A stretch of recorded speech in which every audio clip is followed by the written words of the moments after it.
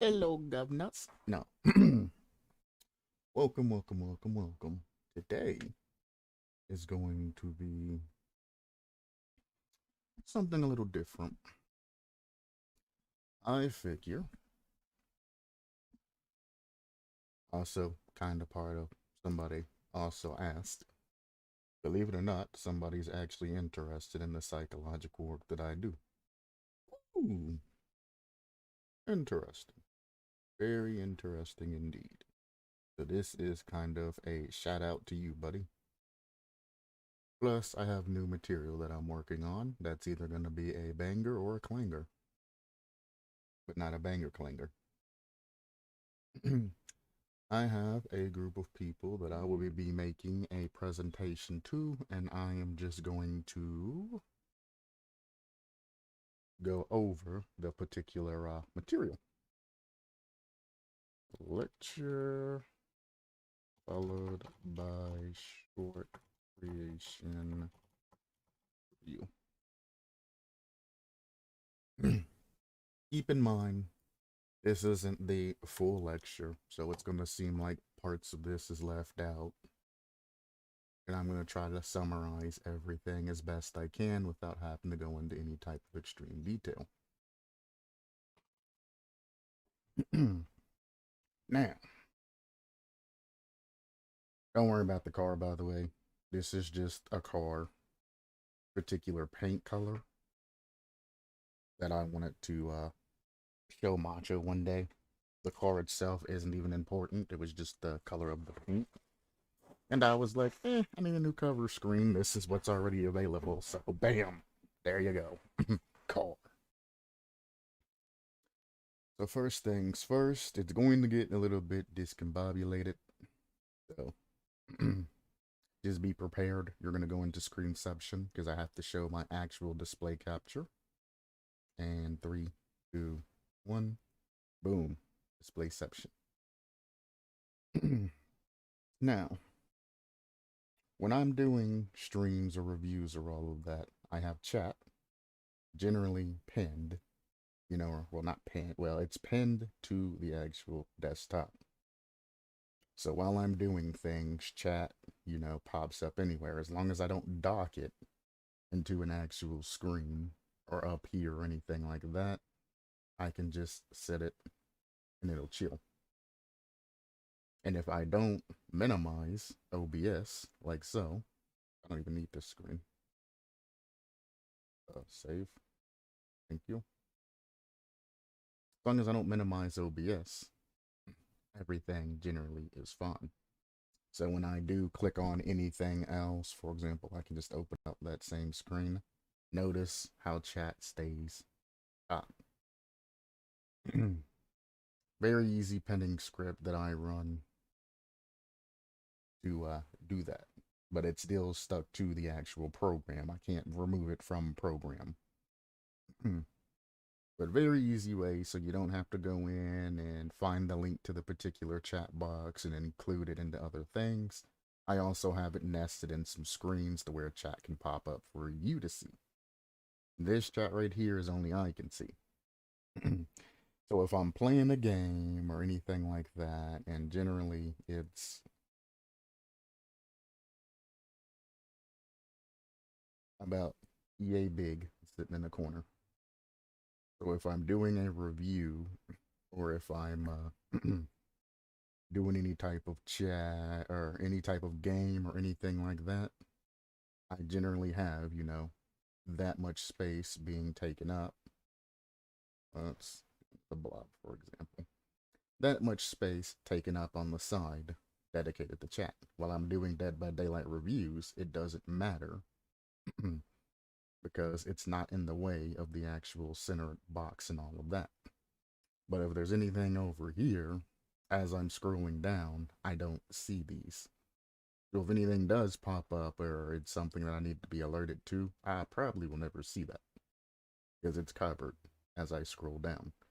Now, if I happen to, see the first couple of things as I'm scrolling down, yes, but most times as I'm going through, I'm reading, going down, reading, going down, going down.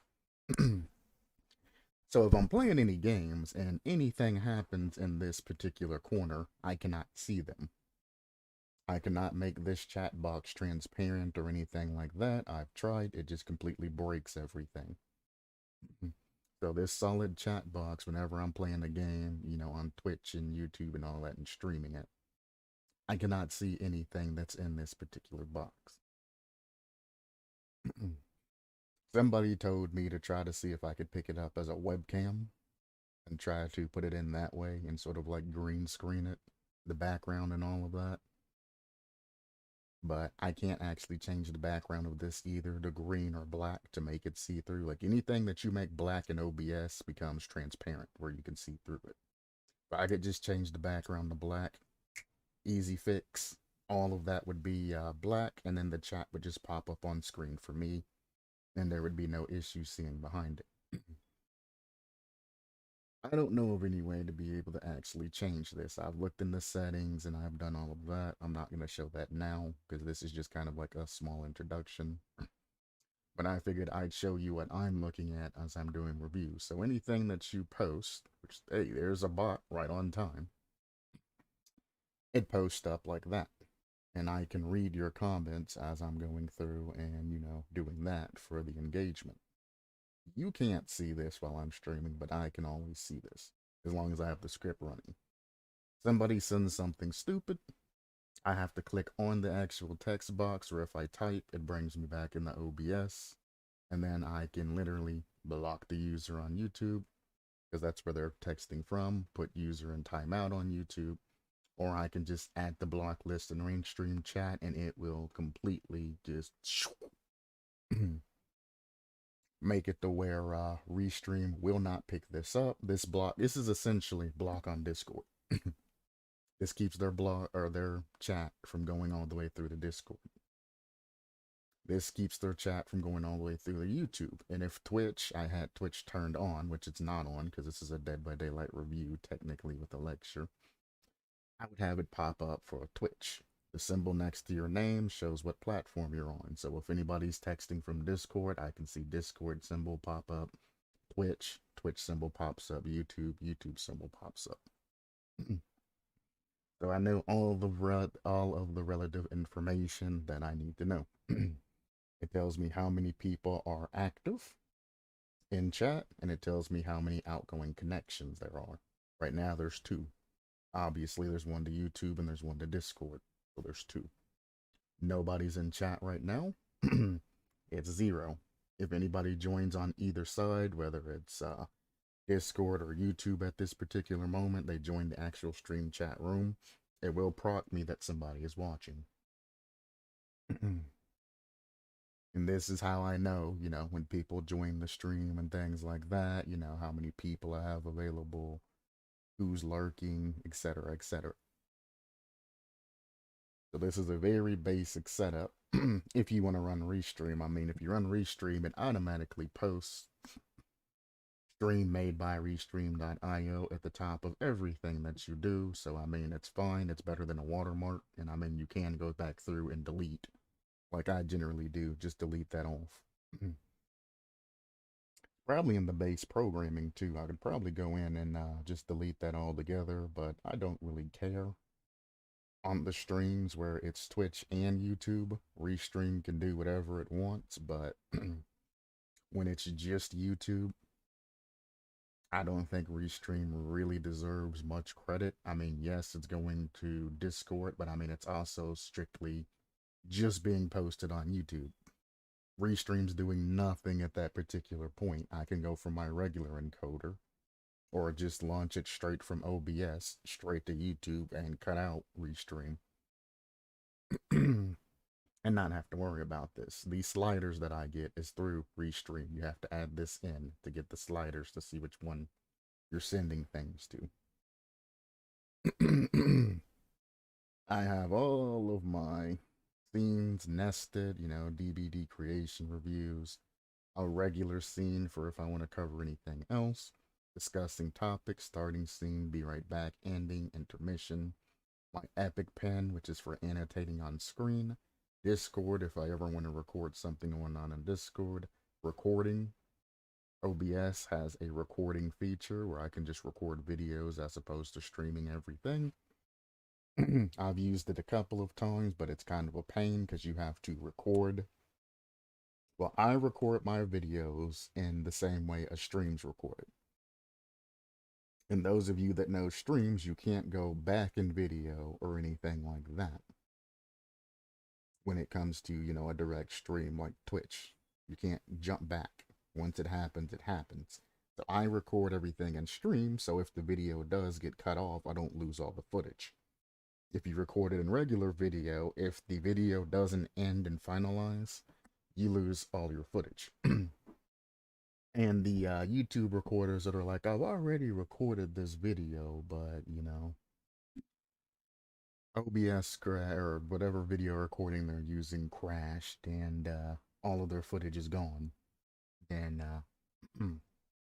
yeah, that's what happened. If they record it in the stream format, like I do, even if the video crashes or anything like that, it just essentially makes it like a stream ends. It does take a little bit longer to get everything else done because afterwards I have to convert the video back to a regular recording. I don't remember. I think it's like VKN or whatever kind of recording this type of thing is. Then I have to reconvert it to like an MP4 or something like that, and then post it on YouTube.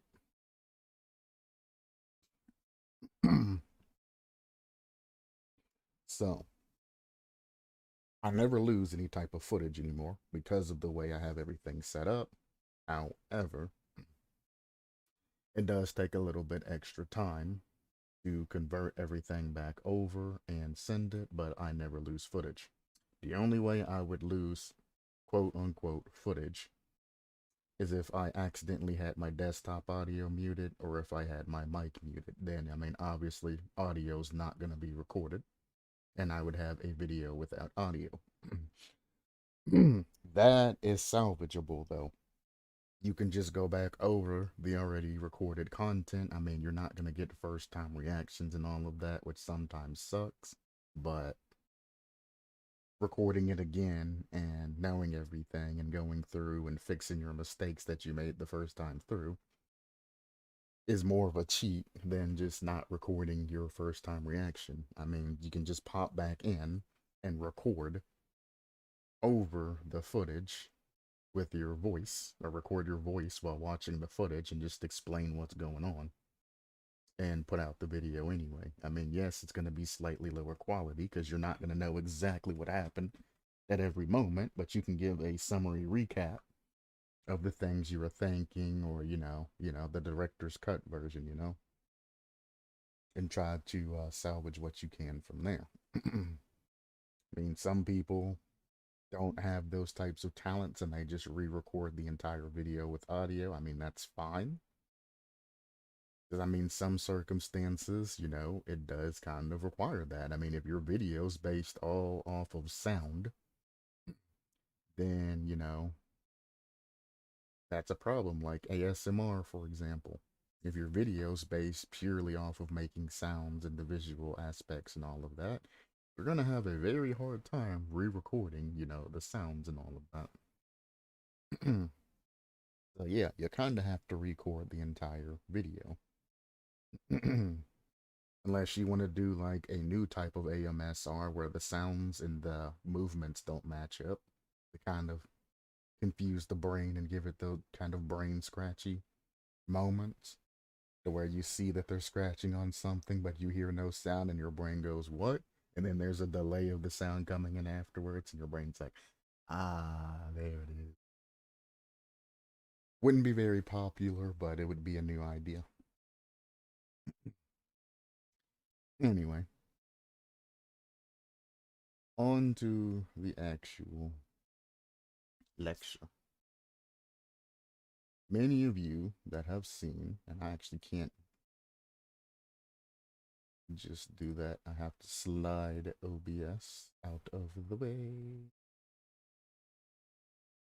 Like that. Yeah, you can see the tip of it. Just the tip, though. Some of you that have been around for a while, anytime that you've seen my actual desktop, this particular human's emotion chart. Some people have asked about it. I generally just say it's a human emotions chart or an emotional state chart or whatever, and I move on. Well, it just so happens that there's going to be a lecture over it, and I figured I would try to incorporate some sort of new type of content as opposed to just going through and reading everything from a slideshow or a book or something like that, and just being like, okay, and if you look at, page 5, as stated, this is that, and this is another, and blah, blah, blah, blah. So we're not going to go over the full thing, but, for those of you that have asked about this particular chart and why I have it as my background, it is very important. There are 6 of your basic emotions, and these are emotions that you will experience generally on a daily basis. Sometimes you don't even realize that you're experiencing them, but you generally experience these 6 emotions at least once throughout the entirety of the day. And before you jump at me, I don't experience fear anytime, or I'm always a happy person. I don't feel anger. There are different levels and different types. I wish these were kind of aligned a little bit or better, but they're generally 5 levels. 1 being, the first bubbles, and they go higher the far out you go. Now, generally, there's only 1 for 5: startled, rage, miserable, anxious, phobic, ecstasy, which I don't know why they put it on top instead of scooting it out. And I think I already said startled. Those are the 6 top levels of those. This is a very bad placement, but I guess they were short on screen. But I wish they would have put it out like this to make it very easy. But this is level 5. This is level 1. Level 5. You got 4. You got 3. Then you got 2. And you got 1. Essentially, the farther you get away from this middle, the more up the stages you're getting. Like this one is very hard to see because this would be 5, 4, 3, 2, and 1. And this one, somebody just got lazy towards the end. This is probably when they forgot to throw in and threw in afterwards and just slapped everything in.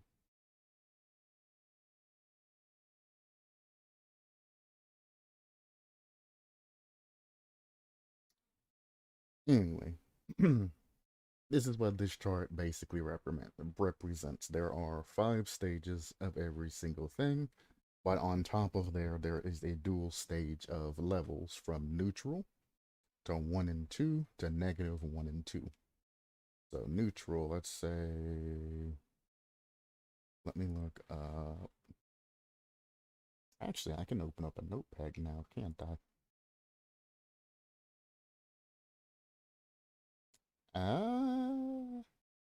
Could incorporate Epic Pen.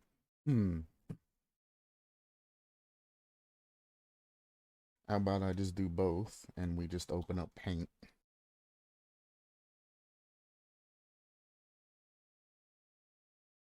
So you can see everything that I can see.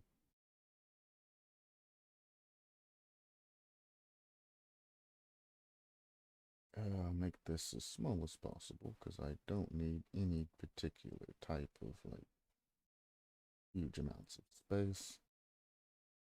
And I can just click on and click off. Can I just paint? 1. Oh, no, I'll do. So neutral. Can I get a bigger brush? Sure, calligraphy pen. 1. And then we go to the extreme, being red. And we go to the more extreme over here, being blue. That is not lined up at all. Bam. Here. And we'll go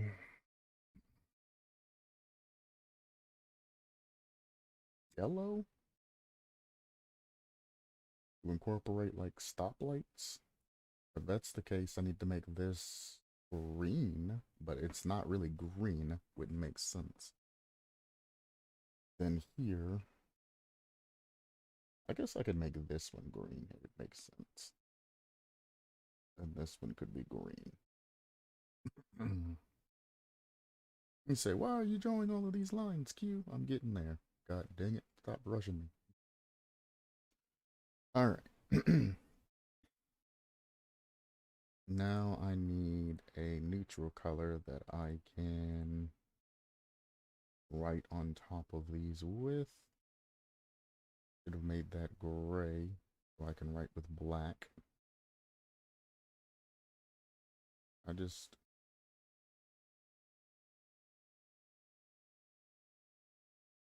Yeah. Laziness at its finest. So this is 0. This is 1. This is 2. I'm off screen there. This is 2. This is -1. And this is -2. Or you can put this as 1 and 2. I guess I'll leave the negatives for the actual lecture and just for easy purposes. 0 is desensitized or neutral. 0 is neutral. There is no feeling, there is no reaction, there is nothing, is what 0 is. 1 is a slight reaction, and then 2 is a more extreme reaction. And the closer you get to, let's say, human, for example, talking about humans, the more levels you're going to get added to this. When you get to about humans, you get to about 5 out to this way, and then 5 out to this way. If you're talking about a fly or something, you'll generally only have this small scale. So the scale can extend out to about 5 out this way and 5 out that way. The reason I say the closer to human that it gets is because it's a reaction to a specific something or object. For example, a fly. If we're talking about the killing of flies, you know, a fly's buzzing around your head and you squash it.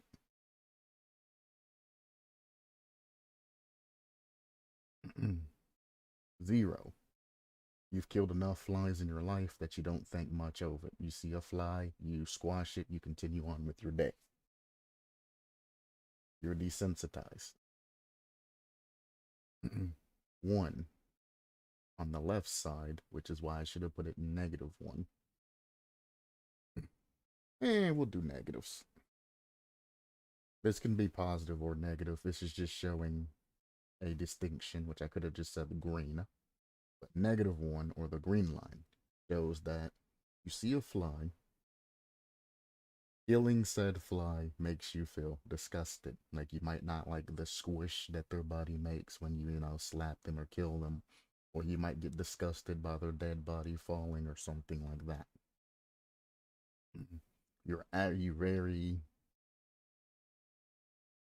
resistant. You really don't want to kill this fly because, it's disgust you, Another good example of this is killing a spider.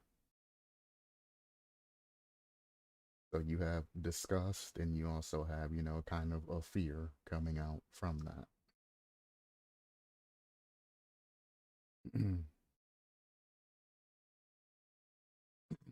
So spiders are a good example for that. You see a spider, You're kind of fearful of it, but you still kill it in the end. You just kind of panic and freak out a little bit. This would be your -1. Your +1, you see a spider. I don't know, spiders always bite you all the time. You see that spider, you're going to clap that spider and you're going to get it out of the way. And you're going to feel good about it, you know? This spider's always biting me. I finally got that spider. I'm happy. Another example is, let's say a fly has been buzzing around your head all day and you've been trying to kill it all day and you finally kill it and you get that endorphin release of finally it's over. This is what +1 equates to in this particular situation. -2 in this situation is you refuse to kill the fly, spider, or anything else. You are completely revulsed or phobic or empathetic towards it. It has gotten you to the point to where you just don't want to deal with it. You're either afraid of it, deadly afraid, don't want to go near the spider, or you're one of the people that enjoy animal life. You want to capture it and you want to take it out to the wild and you want to let it go. That is where the -2 comes from. The +2, which is an extreme, the +2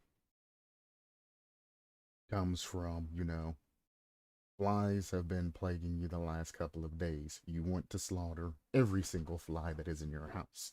You're going to go on a vendetta or a manhunt, and you're going to find and take out every fly that you see. You're going to feel elated. You're going to get that adrenaline rush. You're going to get that endorphin rush from every spider, fly, or whatever else it is that you take out. This should also give you a kind of no wonder there's more levels added in when it comes to humans. Yes. Like there's always out to level 5, because if you're feeling that way, you're way off on the extreme. Flies cannot communicate or have any other type of emotional set that they can appeal to you as things are happening. So they do not have any higher emotional or, level plane. For example, a dog you'd have to go a little bit farther out on dogs because, you're not going to take your dog out into the wild. Well, I hope you're not just going to take your domesticated dog and set them out into the wild on a level 2. It's going to take a little bit more. Or completely slaughter your dog at a level 2. I mean, don't engage with dog to sort of engage with dog to completely engage with dog. But don't engage with dog to dislike engaging with dog to let dog go. Hopefully you don't have this type of scale towards everything, because if you do, you're a sociopath. This is the scale most sociopaths use. It don't matter if it's a rubber ducky or a human. You got these scales.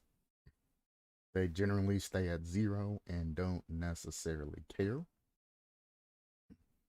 about anything. Everything's just an item, or everything has its uses.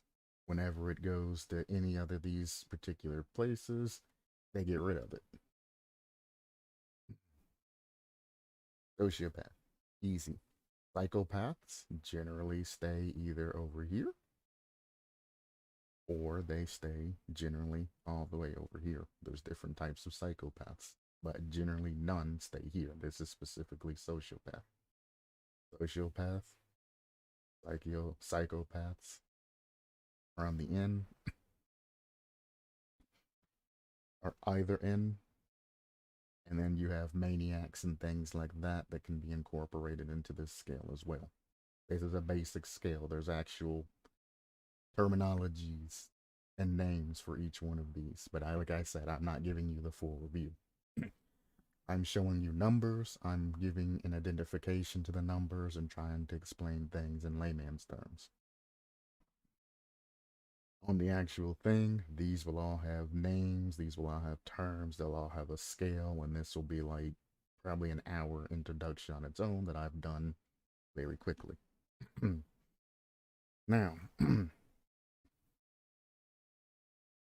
with this particular scale, you can determine a lot of things.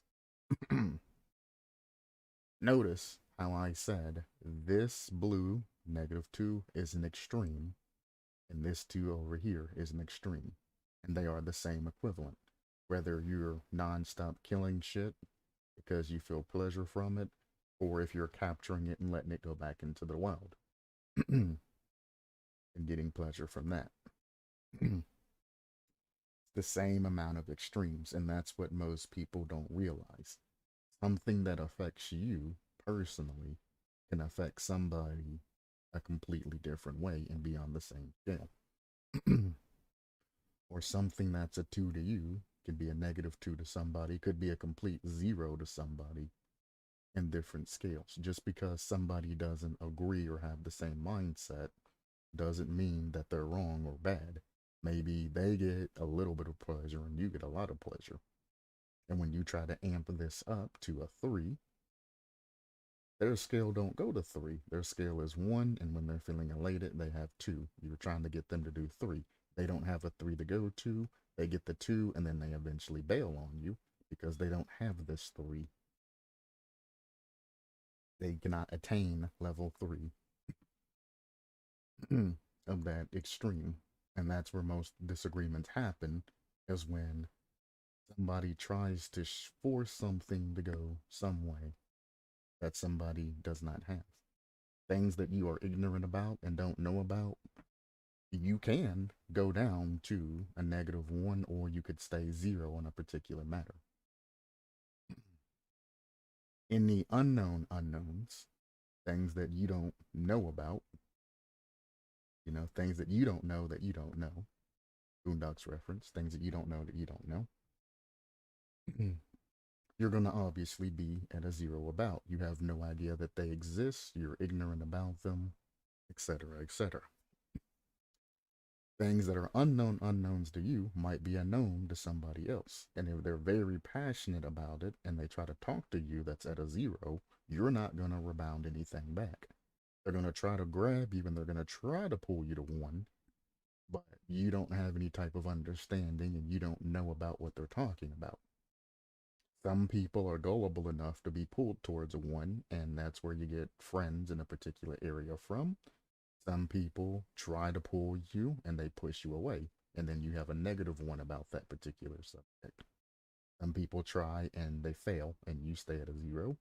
And some people try to pull you and you pull them, or you push them farther and they get even farther into their studies because they learned something new. There's a push and pull factor on this particular scale. Now, there are 5 levels of that, and no, these 5 levels are not completely into these 5 levels again. Humans, it goes up to 5 levels. You would have 5 here, and then you would have 5 across. Everything on this bubble, happiness, the opposite of happiness is sadness. So anything that is opposite of the particular bubble, surprise to fear, anger to disgust, is the exact opposite. And some people I know are saying, well, Q, if I'm mad at somebody, I'm typically disgusted at them too. Well, that's not entirely true. I mean, it can be, it can be something similar to that, but it's not exactly the same. For example, let's say you feel anger and you feel disgust for somebody. If we go to the same lines, revulsion and fury,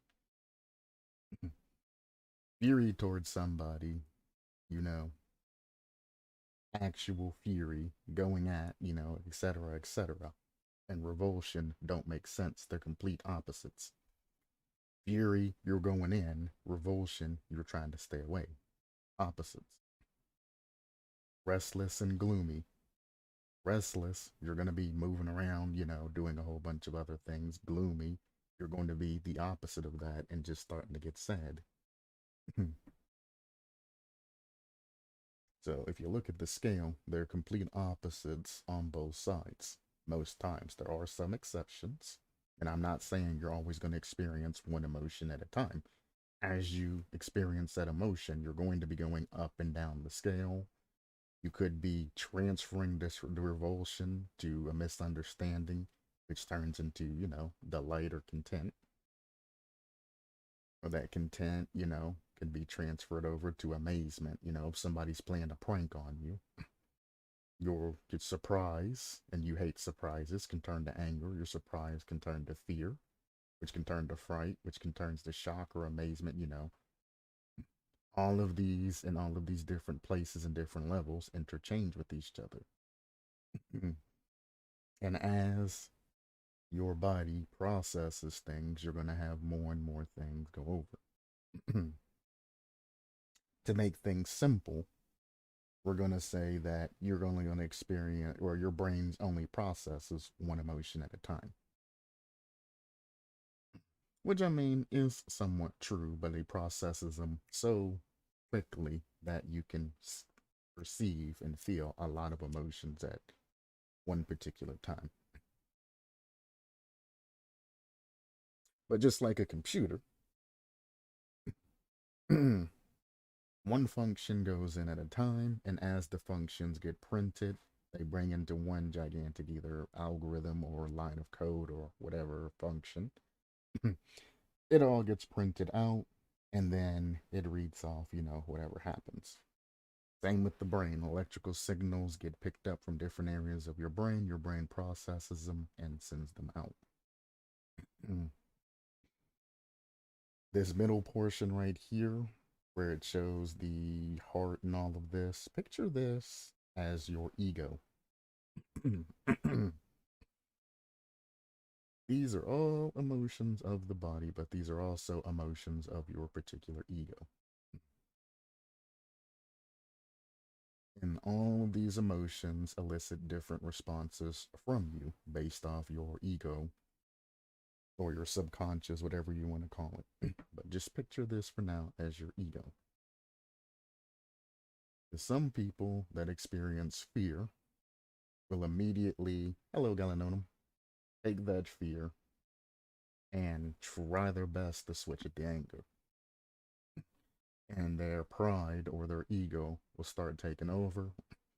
And as they start feeling, more up here, more up here, more up here, their ego's like, well, I'm not going to experience fear from somebody. I'm going to experience fury. Instead of being worried or anything like that, maybe they'll start getting irritated or they'll start getting gloomy. And then eventually, when instead of getting anxious, their mind or their ego or anything else takes that anxiety and turns it into rage. Which is actually what happens to me personally. So I'm speaking on that sort of personal, but this is a reaction you can have. I do not experience a huge amount of fear. I've been trained really not to. I've trained myself and I've been trained not to. So whenever I start getting anxious, I start getting, a huge amount of rage, or I start getting gloomy, or I start getting extremely irritated nowadays. Instead of getting, panicky and things like that, I start drifting over to this factor. And that's all a development of ego and the things that are around me that have trained me so. And a lot of people are like that. If somebody tries to make them sad, they can instantly tell their brain, to go to levels of happiness and they turn it around. Instead of feeling surprise for a surprise party, their ego is low and they feel disgust from surprise parties, or they feel fear and anxiety from surprise parties or something else. They don't necessarily have to be the exact opposite, it can be another emotion. They all interchange with each other, but the ones that are across, like happiness and sadness, are the direct opposite. So somebody that experiences fear could be surprise and delighted and wonder and things like that. Somebody who's surprised can also feel disgust, sadness, anger, they all go around each other. It's part of your ego. It's all dependent on how you're fine tuned. And with this level system of the 0, the 1, the 2, and then the -1 and the -2, everything flows together when you combine that chart, this chart, especially sticking on opposites. So let's say happiness versus sadness. Neutral, 0. You can do it. You have no issues killing the fly that's been buzzing around your house all day. You see all additional flies, you just clap them with a piece of paper and you keep walking on. You don't give it a second thought. This is what we call being either complacent or desensitized. Everything, and this is why this is 0. No matter who you are or what extreme that you do, if you stay at that extreme for very long, you're going to eventually work your way down to 0. This is why drug addicts and adrenaline junkies and things like that always have to go to a new extreme. You jump off a cliff one time, you start getting that, two, that adrenaline, that feeling that you're looking for. You jump off enough cliffs, it goes down to a 1. And you go, yeah, I'm still getting pleasure, but it's not that huge adrenaline, a junkie, feeling. You go down to 1. Then eventually you've jumped off enough cliffs that it's just another cliff and another day. And you can jump off a cliff without feeling any type of fear, rush, or anything else, and you become complacent. This works on the same exact aspects of sexual relations. You get with a new honey, or guy, or whatever your preference is. You have 2 related sex with them. You have sex over a long time, it goes to 1. Then you have sex, on a daily basis for a long amount of time. Let's say 6 months nonstop. Eventually, you all know each other's bodies. You know exactly what's going on. You know all the feelings. You know what that person, package that they have for you. You eventually will not feel anything from that particular person. That's why they tell relationships that have been there for a long time that feel like they're having issues, that at the start you shouldn't be having sex every single day. You should be building up relationships towards the beginning, and then about, you know, when you really, really need it, start moving into sex. And you shouldn't have sex more than once a week, twice a week on, special occasions or if something's going on. But generally, you don't want to do it more than once a week. There are some books that say, set aside sexy time for, a specific day, things like that. That's if you agree or not.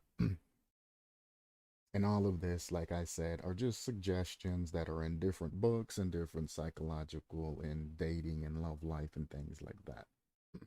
You can find the general information everywhere. Just look it up. But doing it every day isn't very recommended unless you're not planning on staying with that significant other. Because what you're going to do is you're going to essentially imprint a specific technique, especially if you're just the boring one, or the female's the boring one, or the male's the boring one, or whoever else is the boring one, and they just lay there and take it. You're going to get real tired of that really quickly. And you're instilling a habit on them, doing it every day, that all they need to do is just lay there and take it. They think that's the way you like it, and they ain't got to do shit, so that's the way they like it. That's probably all they've done all their life, has been lazy sex. So when you want them to do something after having sex, all the time for about 2 weeks, a month, or even 6 months, and they say no or they can't because, they haven't been training, building up muscle or anything like that, or they're not used to it, problems arise. Well, I'm tired of her. All she does is just lay there and take it. Like, have you ever thought about talking to her and asking her to do anything else when you were starting building up these habits?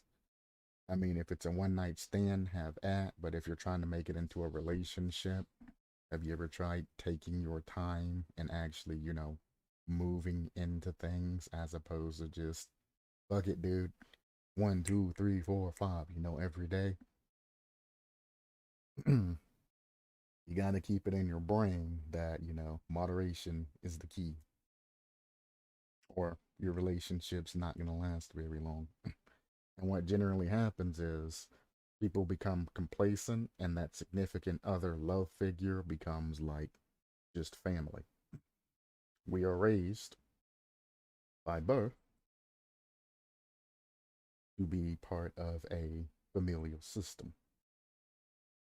Notice I said familial system and not part of a family, because some people don't have family. But there's a familial system to where you feel familiar with other people. And that is how we are raised to be. You can spend, we spend, some people 16 years, some people 18 years, some people 18 plus years in the same household with the same people, building up this love and familial system of caring for each other and doing things like that. So when you find a significant other, that familial system that's been instilled upon you, goes directly into that significant other. It starts from a love, romantic relationship and all of that. And then it goes familial to where you're a family and everything else. And you end up becoming a family. Which, I mean, there's nothing wrong with having a family, but keep in mind that I love you, let's bang and have everything like that turns into more like a family type of setting. Which, I mean, in technicalities is actually incest, but you're not actually related by blood. It's just kind of like a mental incest.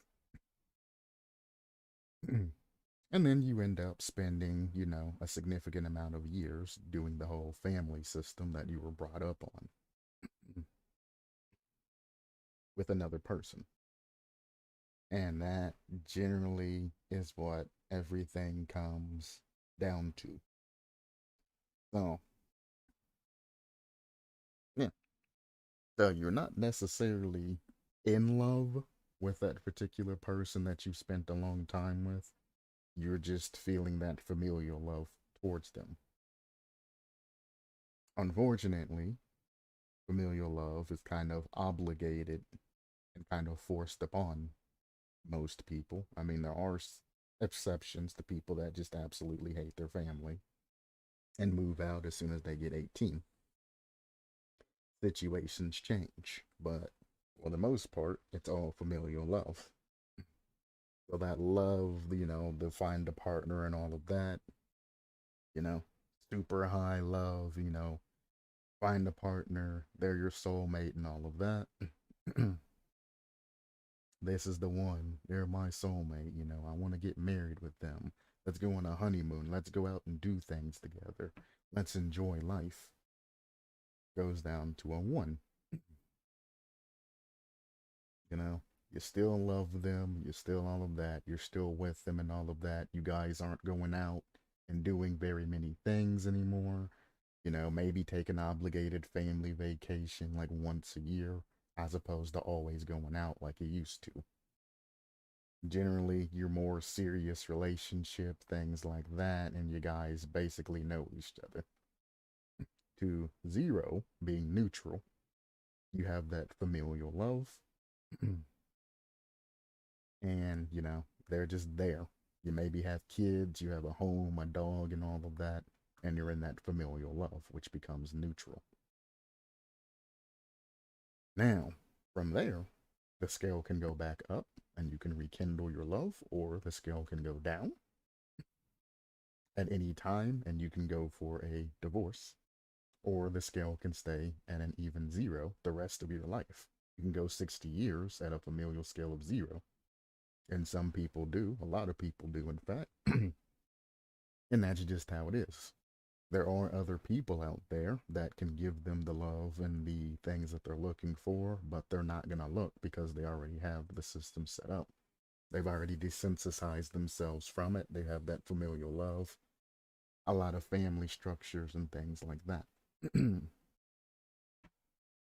essentially, the lecture that I'm going to give It has a bunch of terms, a bunch of gobbledygook, and everything else that goes into every single thing. Disgust versus, I don't need to say that, it's 5 marks. Disgust, fear, the 5 levels of everything, all of this particular chart. So, if you were wondering, when you eventually sometimes see my desktop, you see this particular chart. That's essentially what, oh, come on up there. That is what that is. We'll go Dead by Daylight creation reviews. Let me pop open the actual screen. Bam. And tattoo basics for beginners. No thank you. Open that up. Pop that down. And boom. Here we are. About an hour. That's about what I was shooting for. And now, welcome for more Dead by Daylight reviews. We have. I'm actually going to start from the top and go down. Because I'm going to eventually have to go over all of this, but the top seems easier to start at. Now, before I go into this, Phatnophobia needs a buff. Phatnophobia was nerfed by behavior because the initial Phatnophobia applied its maximum status effects, which it only had one status effect, or one status, function, to every survivor as soon as the first survivor got hit, and everybody kept that negative the entirety of the match. Very strong against, very strong for a nurse, which is why it was her perk.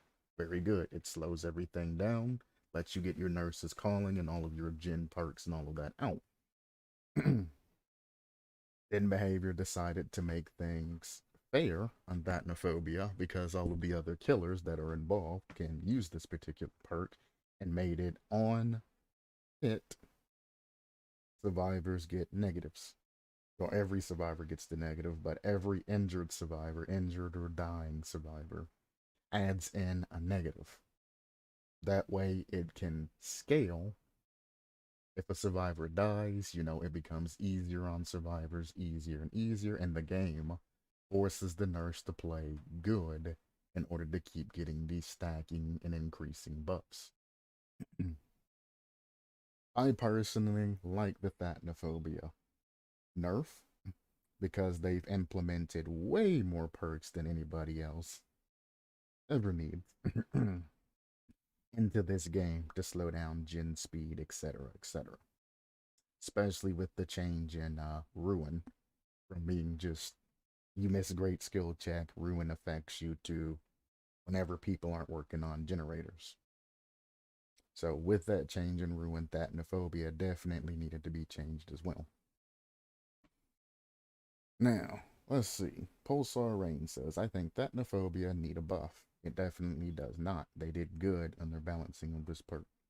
First, because can be countered easy. First, because can be countered easy. With what? You're not making a strong argument here. And I find that when I talk to people, they just say a statement and don't ever back said statement up, and it gets very annoying to me when I talk to people. Phatnophobia needs a buff. Why? Because it can be countered easily. How? You're already on your second point and you haven't even explained your first point. I'm going to think you're full of shit if you don't explain what this particular first point. It can be countered easy. How? And how is it any different than any other perk that can be countered easy? I mean, you don't want to be barbecued in chili. There's a perk that makes it to where, I think it's vigilant or vigil or whatever it is. That's a counter to barbecue and chili.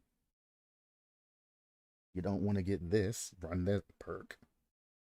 But the thing is, like I always say, you don't know what killer you're going up against, which means you don't know what kind of perks that particular killer is going to be running. So if you run a counter for Phatnophobia, and Phatnophobia is not there, then you're just getting whatever buffs you get from that particular perk. If you run a buff for barbecue and chili and they're not running any aura perks, you're just getting whatever that perk has as a particular buff. So, can be countered easy. Any other perk in the game can be countered easy. So that's not even a logical argument to have. So we can easily, because you're not even explaining what the hell you're talking about. And second, because the first problem at this game, wait, the first problem at this time of the game, it's the gen rush. Yeah, at the beginning, well, Thatnophobia can be easily triggered when you play as Plague. Exactly.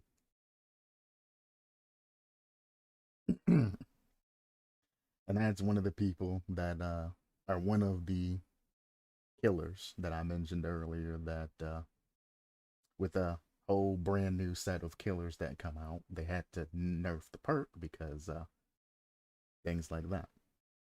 The whole line of killers that have come out that can use this perk more efficiently than Nurse. Plague being one of them. Thanks for the example.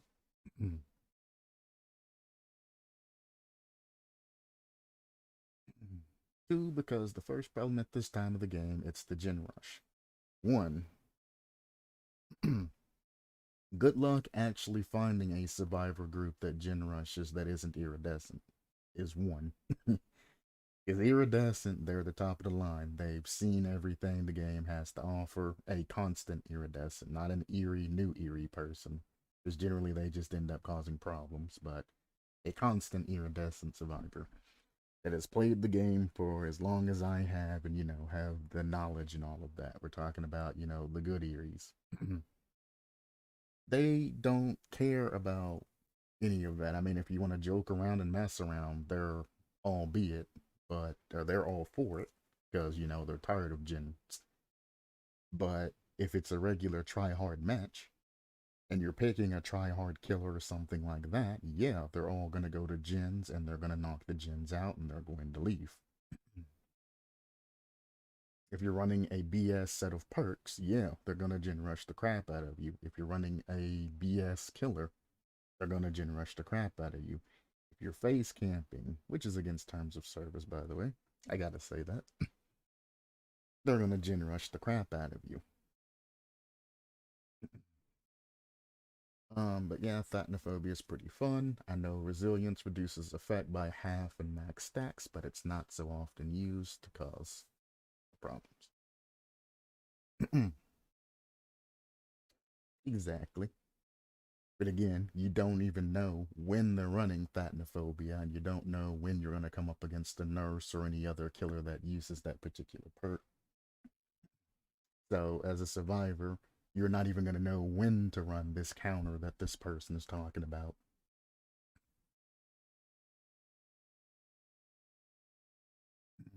Resilience makes Thatnophobia useless because it gives 9% to speed repairing and other actions. So I think the 5% repair malice must be improved to 9% so that at least they cancel each other out.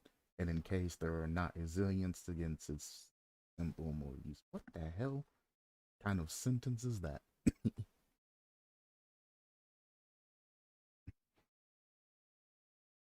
What? And then again, so it seems pretty fair. Also, Thatnophobia makes resilient useless, so it seems pretty fair. Exactly. Saint Patron. I was gonna look it up and do the comparison, but I think that this guy's about to essentially say what I'm about to say, or what I was about to say. Thatnophobia gives a 5% stackable buff per injured survivor, maxing out at 20%. So by the time you have two injured survivors, which is not uncommon to have, It will cancel out the repair, cleansing, and sabotage bonuses of resilience, which is what you just said as well. That 50% thing. Resilience reduces the effect, but you still suffer debuffs, which is, I mean, supposed to happen. That there you go. 200 survivors, you've completely canceled out resilience. So Phatnophobia is still 50% effective, so you can have the 10% of the repair, cleansing, sabotaging, and all, or, god damn it. The 10% of Phatnophobia, not of resilience. And resilience would be completely canceled out. You also, like you just stated, you still suffer from the debuffs and everything else that you have, which are very, very, very good, especially when paired with Noxious Calling or anything like that. So Phatnophobia still wins over this, which the Killer's perk should obviously trump one Measler Survivor's perk to some extent, and Phatnophobia still has that push.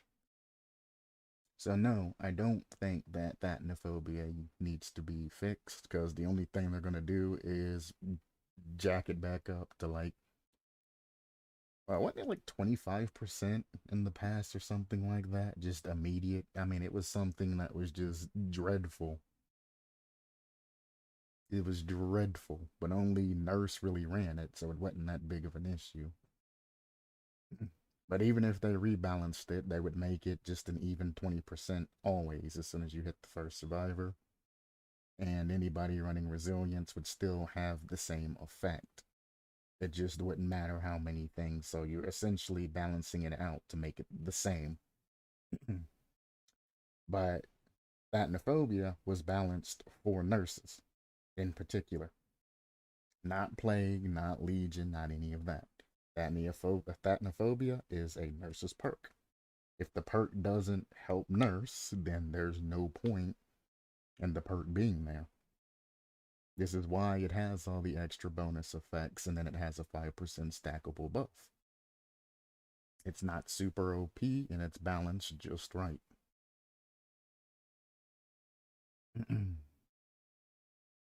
And then it is by far not the best perk out there, but has some nice niche uses. Mainly Legion, where it shines. As you said, Plague, that works as well, things like that. There's a lot of killers. It works well on Huntress as well. Not a lot of people think about that, but yes, Huntress really shines with Phatnophobia as one of her things. There are a lot, like he says, a lot better perks out there to increase survivor speed and everything, or increase, oh my lord, decrease survivor speeds and everything, and gens and etc. etc. Maybe that's just me, but the best perk, in my opinion, are not those who have a powerful design by itself, but get really good when put into the right killer with a nice combination of other perks. Exactly. It's all about the build, not the perk. You shouldn't be saying, I want this perk to be better. You run a build that supports said perk and buffs that perk to get wherever you need it to be. Instead of saying, oh, well, instead of running these two perks together, I just want a buff on this one perk, so I have 3 other perk slots. It's like, that's not how that works. It's a build for a reason. Perks supplements killers, and perks also supplement other perks. Only 2 posts. I like you so far. I don't think Phatnophobia needs a buff. 5% penalty per injured survivor is plenty. I don't want to make the boring part longer. That is a very low tier argument. I think 5% penalty is plenty, and I don't want to make the boring part longer. The boring part is the entirety of the game, son. If you ain't doing gens, you're generally getting chased. That's the game. It's cat and mouse. Cat and mouse with gens. The boring part that you speak of is the game. Terrible argument to have. Very, very, very terrible argument to have. What you're saying is you just called the game boring, at least part of the game boring, and then you didn't even give any reason or supporting statements why the 5% penalty is enough. Also, it's all in the part of what, one sentence? Not a strong argument. If I was on behavior staff and somebody said this particular statement, I would tell them, have a good day. I wouldn't even consider or even look at anything that they're saying. I'd be like, note it, have a good day. And I would note shit. I would forget everything that they said as they walked out the door, and I would wait for somebody who has any type of common sense or any type of this debate skills. Because that's what they need to start teaching the people. Mediocre people that are trying to say what's in their mind but don't know how to say it, or they're ignorant on how to say it. You don't have these basic speech skills, you will be walked all over on when it comes to any type of real world situation, anybody that's educated. I don't think that you need to boast. I need to about 5% is plenty, and I don't want to make the boring part longer. If you say something like this when you're going in for, let's say, a 5% raise or something like that, they're going to tell you to have a good day and they're going to send you back to work, or they're going to look at your performance reviews and they're going to grill the absolute hell out of you to make sure you don't come back asking for a raise. Because you're stepping into a world that you are not yet ready for. And it's getting worse and worse by the day because they aren't going to school half the time. And when they are, they're on their computers and everything. And when they're having virtual classes, they're playing Fortnite and all kinds of other things instead of actually learning. I hop online, I play a game, I run across a kid who's trying to insult me and say all of this other things, but he can't spell basic words. And you ask them what grade they're in, and they're like, well, I'm in middle school, or I'm a freshman in high school, or some other things, and they can't even spell basic words. So they're insulting you. It's like a baby in baby talk, where every other word is incorrectly spelled, and you can tell it's not shorthand because they spell out the word. Like, for examples, actually, you get AKULY, Akulu, Akuli. You are actually dumb. And I'm just sitting there reading this like, I'm the dumb one, huh? When you can't spell actually. When you misspell a word when you're insulting somebody, that moment when.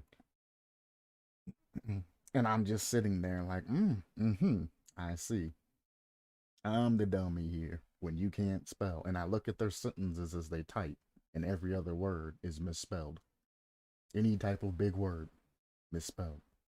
And I'm like, I can't even say that the school system's failing you because you're failing yourself. The school system does not really care about you unless you're in some sort of, nice, private, well esteemed school. There's reputations on the line. If schools had reputations that they had to keep up with and they got money based off those reputations, that would be different. Then you would see teachers and everything care because the teachers that actually do their jobs and make their students excel would get more money. And the ones that are pieces of shit, complacent, and don't care about the children they're teaching won't get any money. It would force them to do their job and it would fix the money gap that the education system has. Because as of now, that generation is going to be so far gone. Would be surprised if they're not forced to take like an extra couple years of like supplemental classes just to catch up on this COVID type of situation that's going through. I've met some that have applied themselves, but the majority of them that I ran across are just Dumb. And this extends to voice chat, this extends to text chat, this extends to everything. The ones that can't spell generally can't speak that well. So it's a shame. It's not the school system's fault. While they're teaching their classes and everything, the students that pay attention and ask questions end up excelling, and the ones that don't do anything, I mean, how are you supposed to know that they're playing the game? You have to teach your lesson. You can't stay attentive on everybody's screen to make sure, they're doing something. I can hold a controller underneath my desk and play a game and look completely still while everything else is happening. You don't know. Back then the day, we had blocks on websites in our computer system, and the actual when we were at school and in our laptops, the particular school had an IT guy that looked at every single one of our screens as we were in class and everything. And if we weren't on a particular class, we would get an IT message. They would open up a notepad and say, "Get off the games, or I'm reporting you to the principal." And then they would close every single tab on your computer that wasn't school related. The only tab we were allowed to open is cool math games. That was one of the few games that we could play. The little old flash games that were semi-educational, but fun, clean to play, things like that. And they monitored them. If you were on it during class, it was immediately closed on your laptop, and you were forced to pay attention. There was no at-home laptops. I mean, you could use them at home, but everything was blocked. So, you couldn't get on Facebook or any of that stuff. You couldn't get on any of that. You're almost useless at home. I'm always glad I had my own computer because that laptop was a pain in the ass. Take it to school, IT was on your ass. Take it home, everything was blocked off. So you couldn't go anywhere except for assigned websites. Smart. But here's what it is.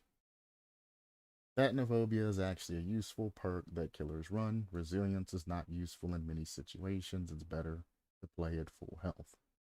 Buffing something that's already strong and annoying and time consuming because a perk almost no one uses would counter it makes no sense.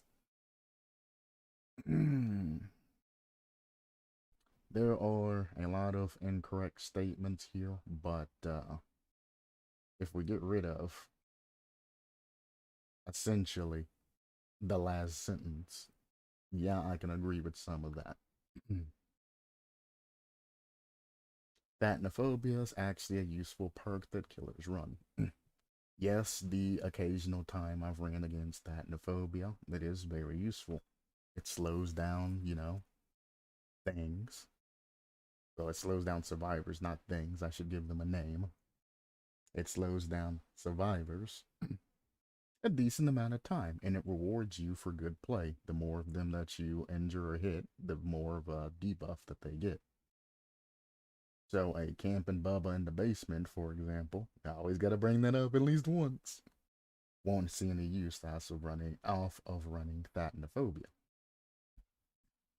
which is why they generally run with Bamboozle.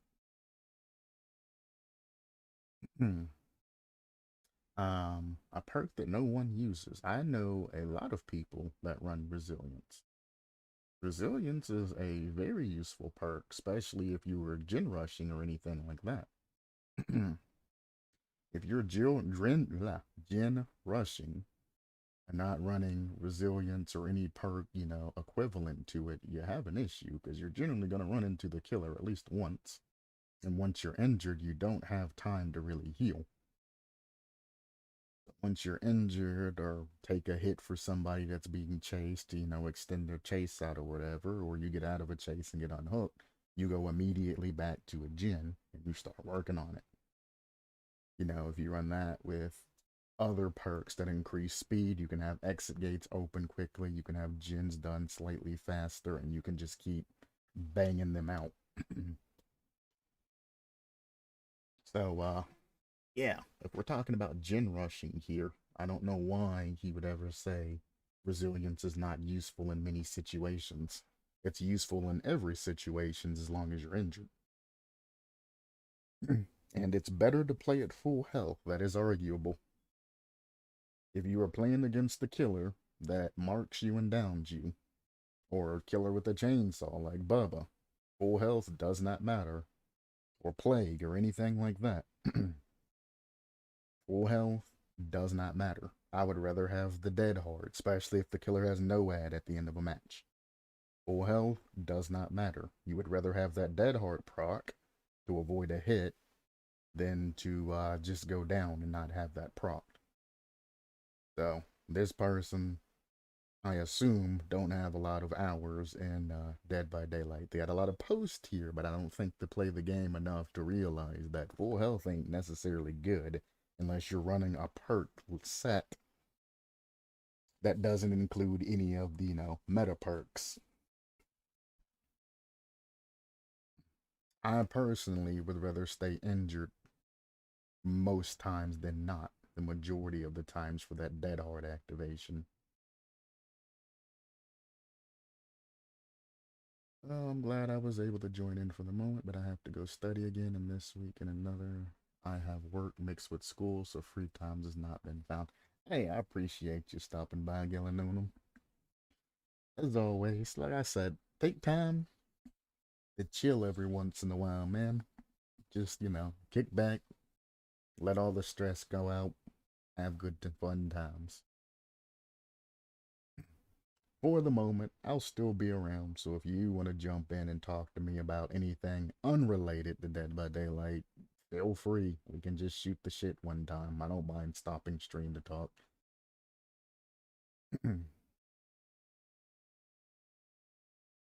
By the way, they hired me, but the catch is illegally not pay taxes. Hey, it's better than nothing. Hey, they hired you. Congratulations, man. Congratulations. That's what we look for. Hopefully, you can get in there and get all the way to the top.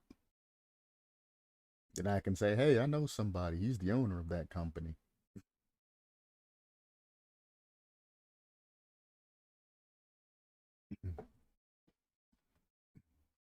Yeah, man. Just keep at it. Keep doing what you do. You obviously are doing something right. So, heck yeah. You're always welcome here. So stop by anytime.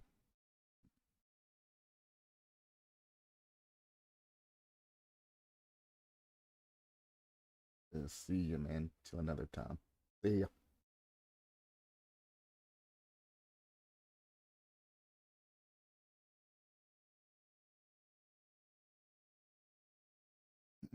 New merch I designed for the Wraith mains.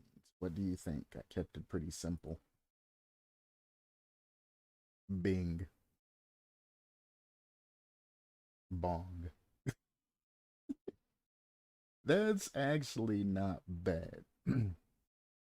It's a shame that you did it instead of sending it to behavior or implementing it into an artist competition.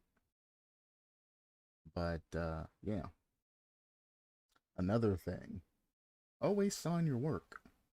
Because as it sits right now, I doubt that you actually have any type of copyright claim sent into Congress and all of that. So if somebody submitted this to behavior, got a contract off of it, and sent that all of that into Congress and all of that to copyright your particular artwork, there's nothing you could really do about it. So I definitely get a hold of behavior first to see what they want to do about it, and if they say no, they don't want it, send it to the community. There's modders that would put it on, a cosmetic that survivors wear, and they would run around with it on, or survivor, the killer would wear. Or they could make this into their symbol for the Wraith. I think that would be interesting. I'd put this on the back of the shirt, though. Definitely not the front. I'd probably want something else for the front, but I like it. It looks clean, looks nice. I'd like to see this as actually a symbol for the Wraith in game as opposed to his actual symbol. That would be a nice change.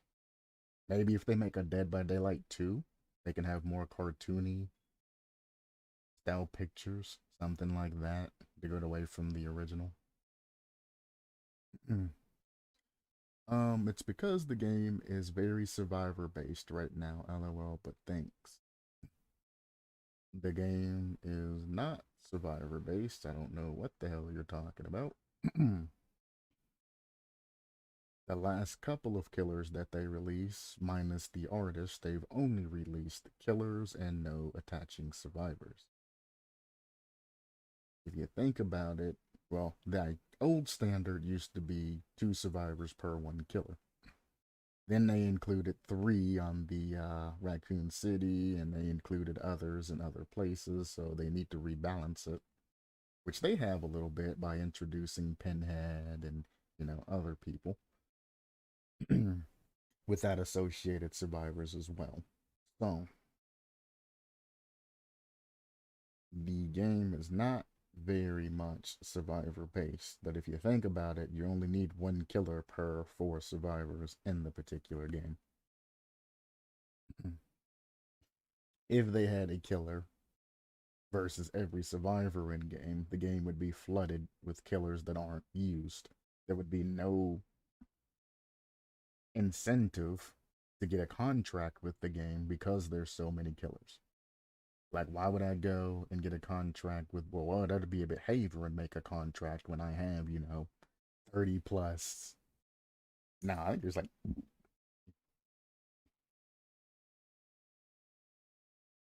yeah, I think there's like 30 plus survivors, 30 plus killers to run and choose from, all of which some are contractual, some would be free, etc., etc. And it's like the more killers they add, the less hold of the contracts that they have to make. I mean, you know that they can create a trapper in question or parentheses that is essentially Jason Voorhees. They can easily make generic killers and go from there easily.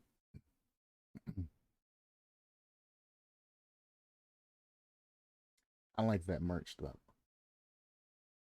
It looks good. It looks real good.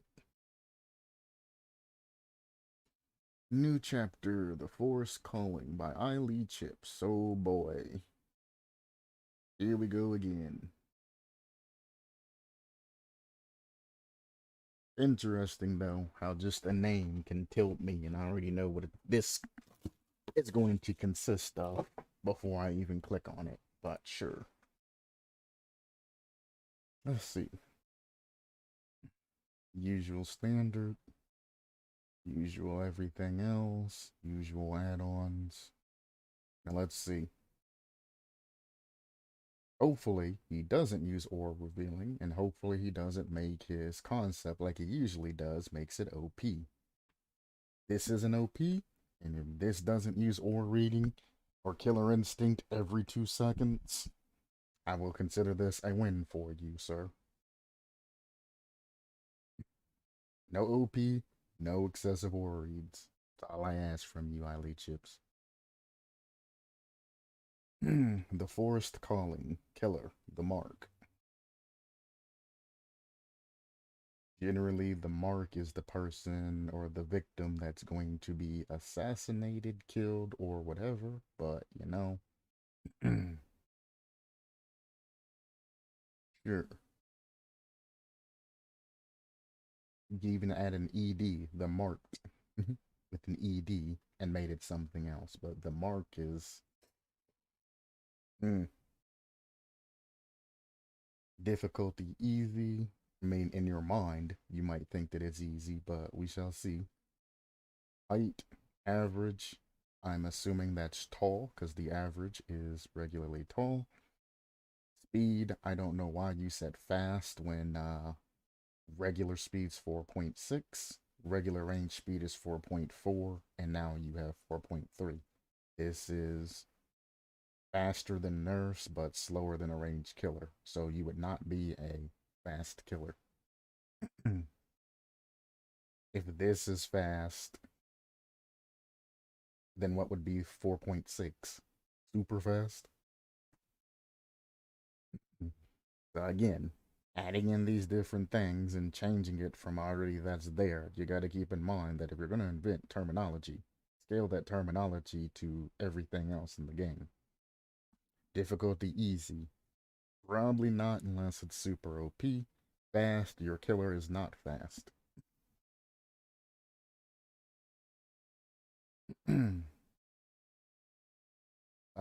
Height is average. Average meaning tall. So we're gonna assume that as Trapper. Tall killer. If you wanted it to be a medium or small killer, you definitely should have said it. Getting rid of fast. 4.3, we shall see. Keen-eyed to hunting is know where your prey is and how well you can shoot. The mark comes with 3 perks: untouched, X mark for death, the hunt. This killer is a ranged killer that can manipulate the area they guard. I like that overview,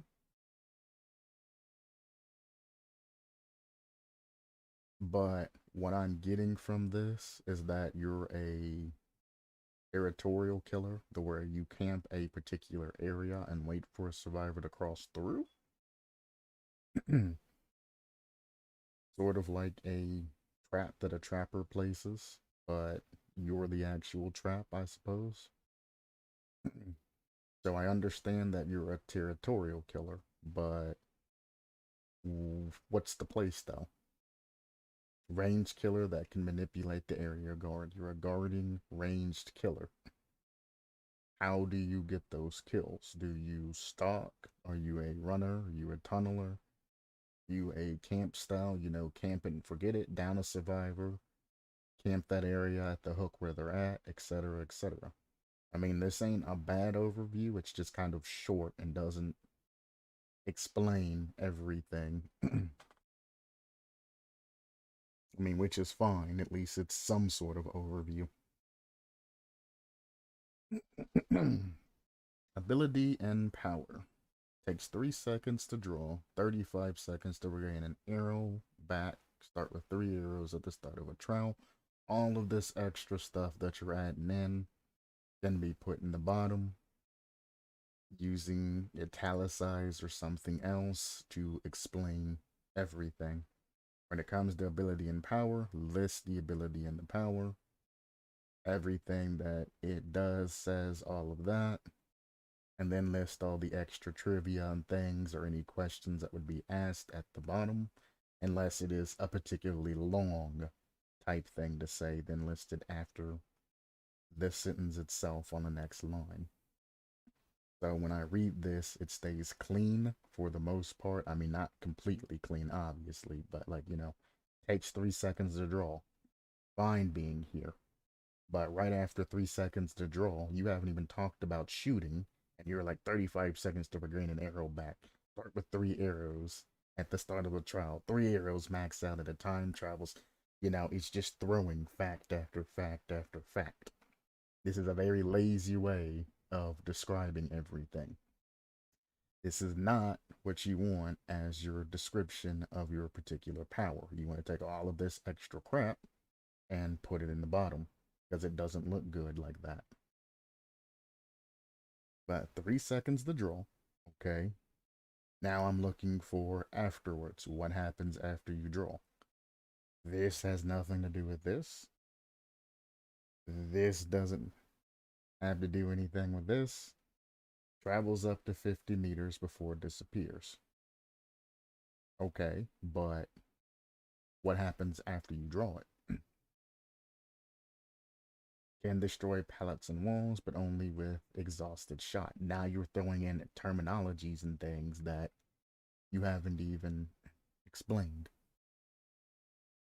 All of this, if you throw this in the bottom, and when you talked about exhausted shot, you can immediately underneath go with what exhausted shot is and continue down. With this, you're not. You're giving me so much an influx of information.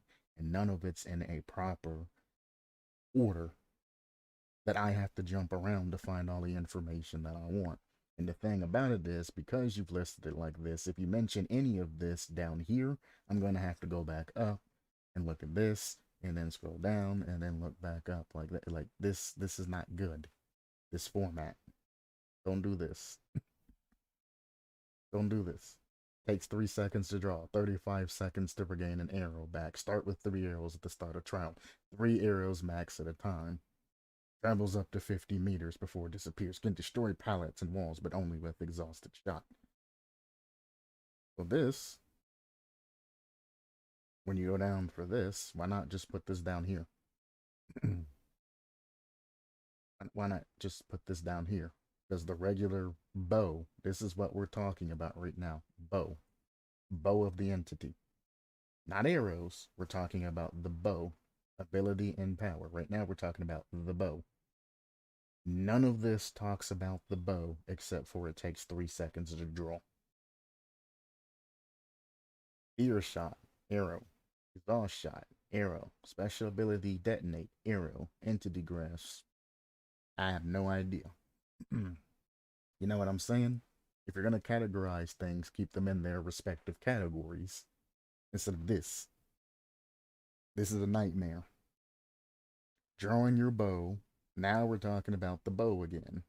All of this should be drawing your bow reduces speed by 2.3 meters per second.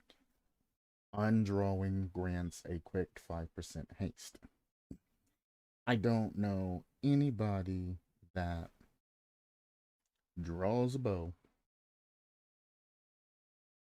and then knocks the bow and gets a 5% speed haste while doing that. That's not realistic at all. The whole point of it being a ranged killer, and again, why are you adding a 5% haste actually when your base killer is 0.1 meters per second slower than any other ranged killer?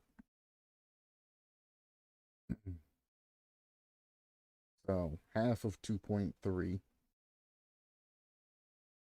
Now 2.3 is 5%. So you're adding 2.3. If you minus that one that you, well, no, because it's not even a 4.6, it's a 4.3. So 10% of 4.3 is 0.43. Half of that to make 5% would be 2.8, 1.8, 1.8 speed. If you increase that 0.1 and made that 4.4, 10% of that would be 4.4. That'd be 0.22. So 0.18 to 22. You've already lost 4, 6.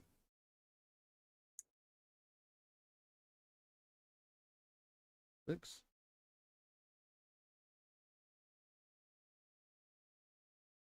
Why does that seem wrong? Is it 4 or 6? Whatever the equivalent of that math is, already in speed. So why not, instead of doing a 5% haste, just make it 4.4? I mean, the Huntress slows down around about the same amount of speed, and she doesn't get any type of haste status effects or anything like that. Also, another thing I want to mention, if you're going to slow your killer down to 2.3, which is 2 meters slower than regular, and then give them a 5% haste after the effect happens, why not just incorporate the 5% haste into the 2.3 speed? Why put all of this extra code in? Why not cut the chef and just include that extra 5% into that? And I think it was what, 0.18 or some shit like that. What did I get from half of that? It's half of 4 point or 0.43. I've confused myself. 0.215. 0.215. Don't know where I got 0.18 from.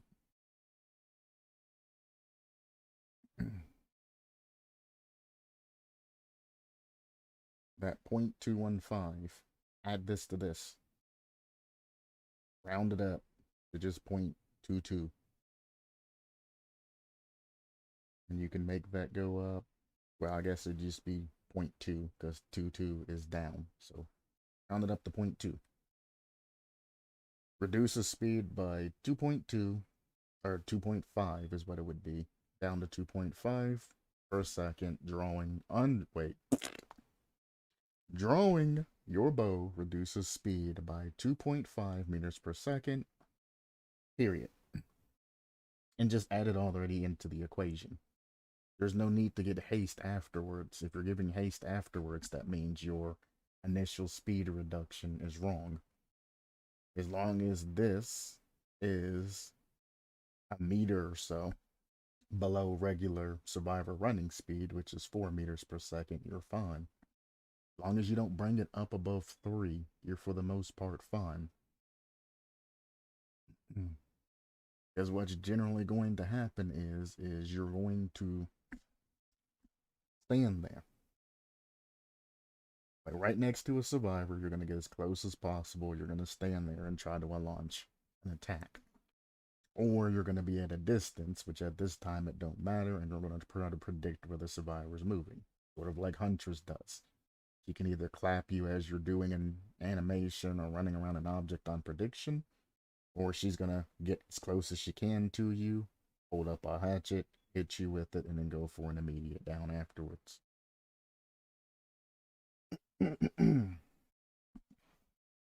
So does it matter in any of these particular places, or times, I should say, to give that haste?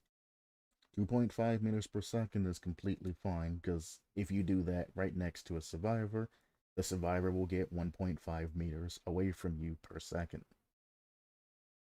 1.5 taking 3 or into 3 seconds is what? 1, 2, 3.75. They can get 3.75 meters away from you before you launch your shot.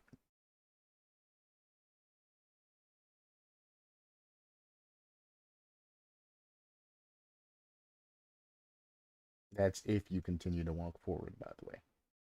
If you don't move, they're going to get 12 meters from you. I don't recommend that. But if you continue to walk forward after them as you're lining up your shot,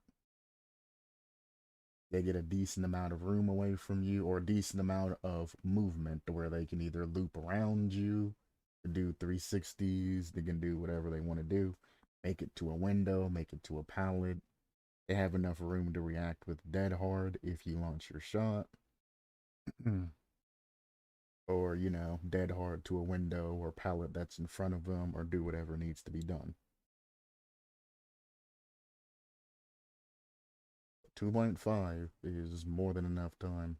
Guess that I wouldn't go anywhere close to 3, because at that time, if you're past 3, survivors generally just still can't get away from you. As you're charging up your bow, you're going to be walking essentially right behind them and only losing a meter per second. That survivor ain't going to get away from you. It's not very far. And I generally say, if you're going to make your killer faster and up around past 3 or anything like that, 3 or above, you generally need to add some sort of cooldown or time for you to put your secondary weapon away and pull out your primary weapon, so that survivor can get that little extra speed away from you.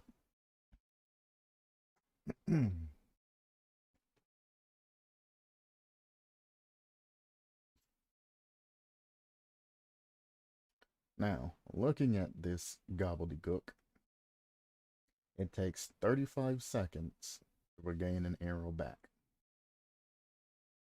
You start with free to trial. I'm surprised you didn't use the lockers like the Huntress does or the Trickster does to regain arrows. You are locking your character to essentially being able to only shoot 1 arrow every, let's say, 12 seconds. Unless they can, well, no, because if they get the double hit, you can take out about 10 seconds of that time waiting. So if you're accurate with your arrows, you can launch an arrow about once every 8 or so seconds and be completely fine. But let's say 3 seconds to draw. Well, this is after you shoot. So after you shoot and set is done, everything is set in stone and is done. A 35-second timer starts on that arrow. So you essentially have 2 arrows left to expend about 35 seconds. If you get the down, you can take 10 seconds off of that, dropping that to 25 seconds. Divide that by the 2 arrows. You have 1 arrow that you can shoot every 12.5 seconds if you hit. If you hit. If not, you're looking at 17.5 seconds. An arrow. If you don't hit.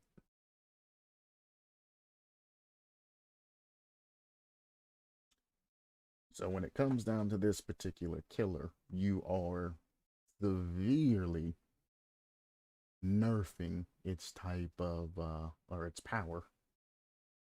You already have a below average speed and killer.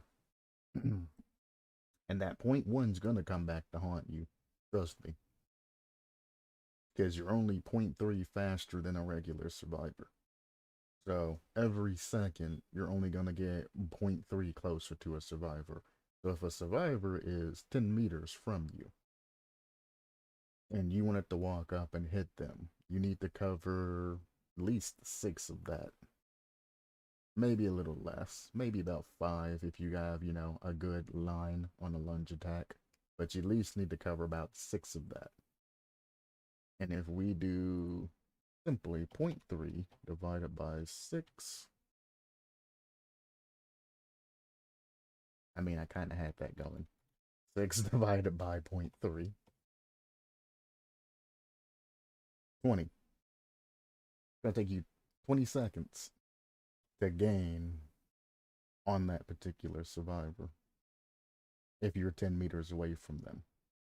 If you decide to shoot and you miss, that second timer is going to go up even more.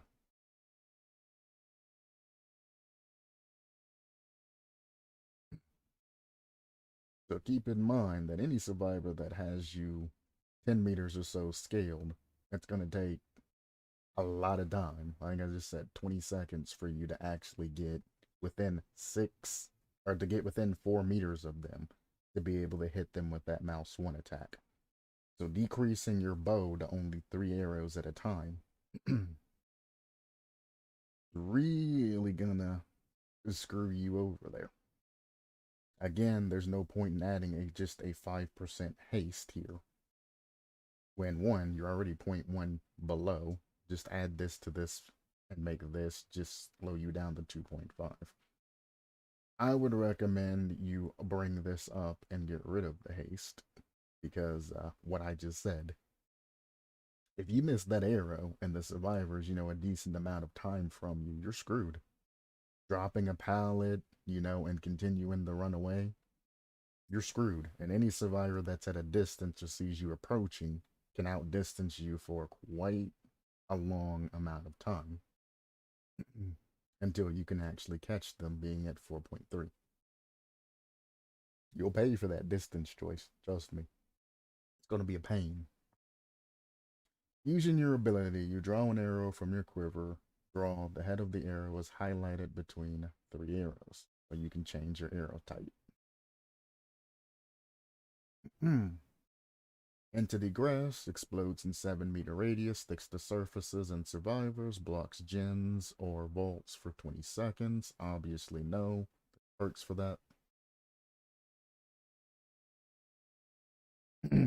Your explosion of a 7-meter radius is also ridiculous because you generally just have to hit anywhere near a survivor. and it's going to damage them.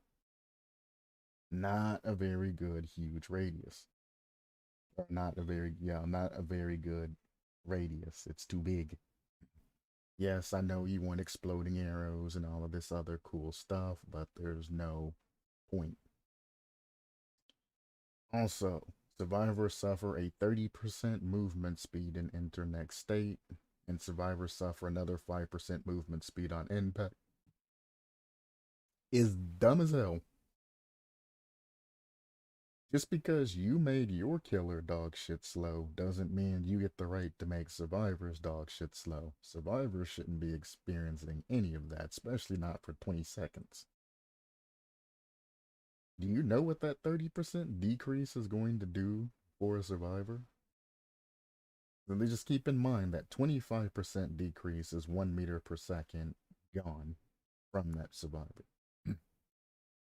And you're adding an extra 5% on top of that.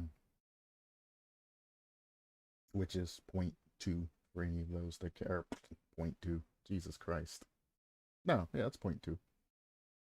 Another 0.2 on top of that for anybody that cares.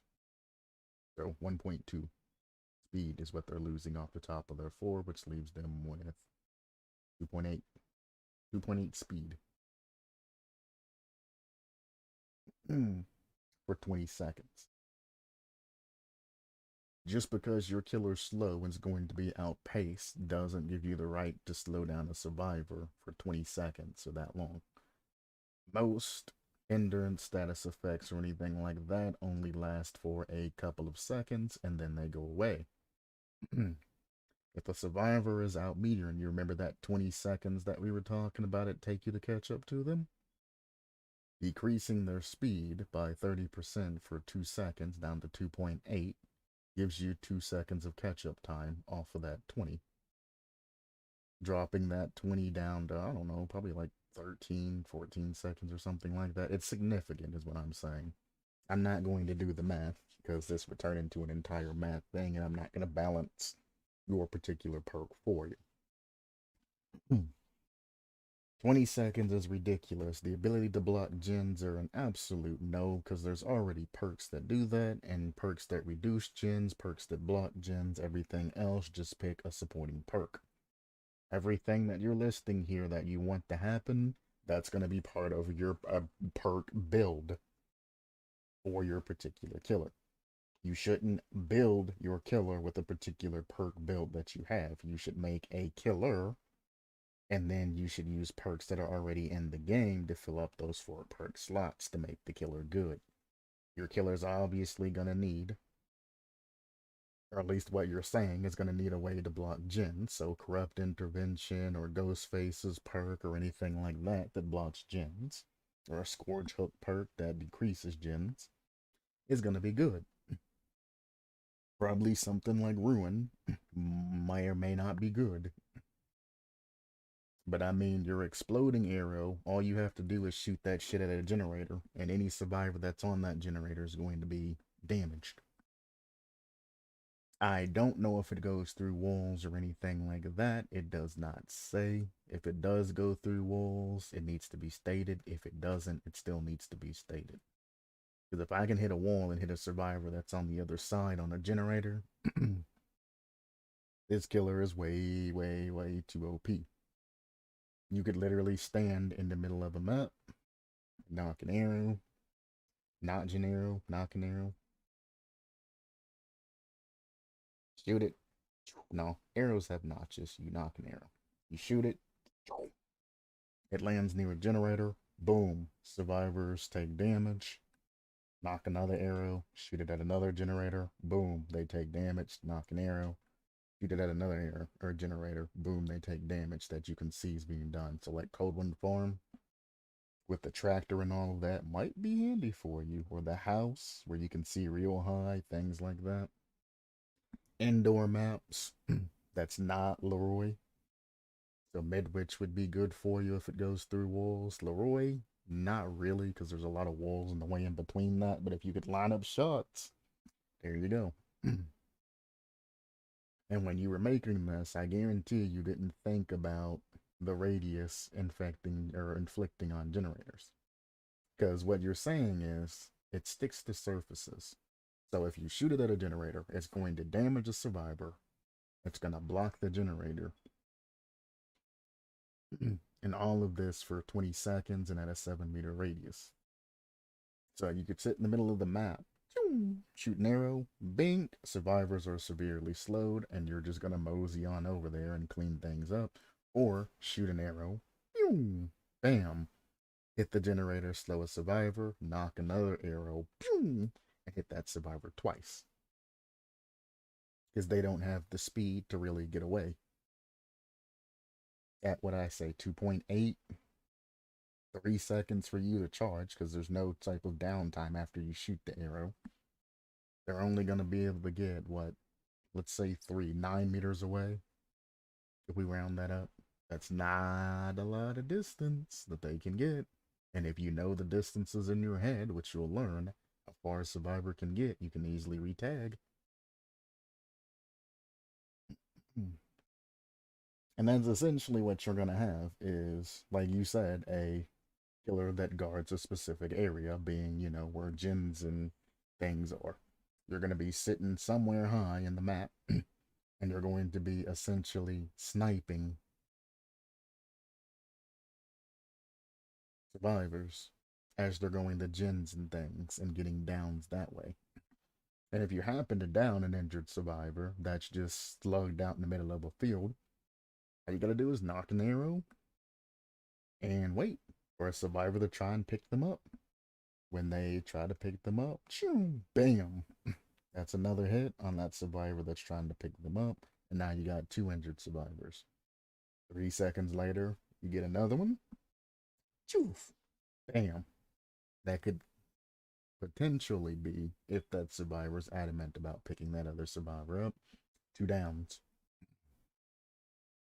Somebody goes in the basement and gets camped, you can literally just, you don't even have to camp basement, you can camp the area around the basement, especially if basement is by wall or in kill shack. You got a 4-meter radius where you can just shoot and damage anything that's within there. Again, these exploding arrows that you have, not a very good idea. I would definitely remove them. And I know what you're thinking. Oh, well, I'll just decrease the meter radius to like 2 meters or something like that. It's not gonna work, buddy. It's not gonna work. You have it at 1 meter radius. It's never gonna hit anything, and if you're not dead on a generator, it's not gonna affect the generator. Generators that are behind walls are gonna be impossible to hit unless it goes through walls. Any survivors that you're shooting at and you're not essentially hitting, the arrow's going to fly in front of them or beside them or around them, and the interactions aren't going to happen right. 2 meters is gives you the leniency to shoot near a survivor, and it's going to blow them up or do whatever it needs to do. However, you're still going to run into those unique interactions. And if any survivor is running towards a window or something like that, or any type of interaction, it's going to be a free explosion. And your explosions hinder survivors greatly. So you're going to have that effect. And anything more than 2, you're always going to be hitting your marks. So it's either going to be too small of a radius or it's going to be too high of a radius. The explosion arrows aren't really going to help. 7 meters is way too big because you're never going to miss a shot. You could probably at the start of the game shoot a shot into the air and let it fall down type things. Shoot a random shot to the other side of the map and hit a survivor with that huge of a radius. Fear shot, 15-meter radius. Again, why? Why a 15-meter radius? 7 is already too much, and now you're extending this into 15 meters. Why? Because it makes a survivor scream and get the oblivious status effect? That's no reason to make the radius bigger. It's an arrow and it's an explosion. Why make it bigger? In simple logic, if you can make a fear shot explode 15-meter radius, then why isn't the exploding arrow exploding in a 15-meter radius? You know, it used the same explosive compounds as its base. Again, aura reveal. Does not matter. They're screaming. The scream's gonna cover the aura reveal anyway. The scream is an aura reveal. It's a location reveal. You don't need the 1 second aura reveal. You don't need the oblivious.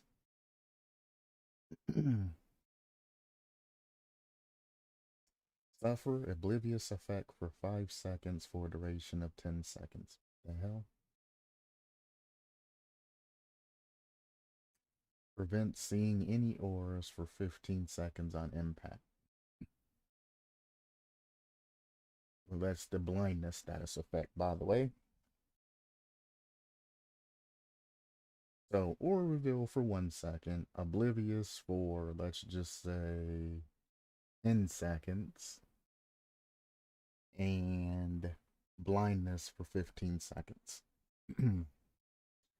If you're going to give them the oblivious status effect, which is a very useful status effect, I don't know why people just throw oblivious on something and stack it with blindness and a whole bunch of other different things, like it's not worth anything.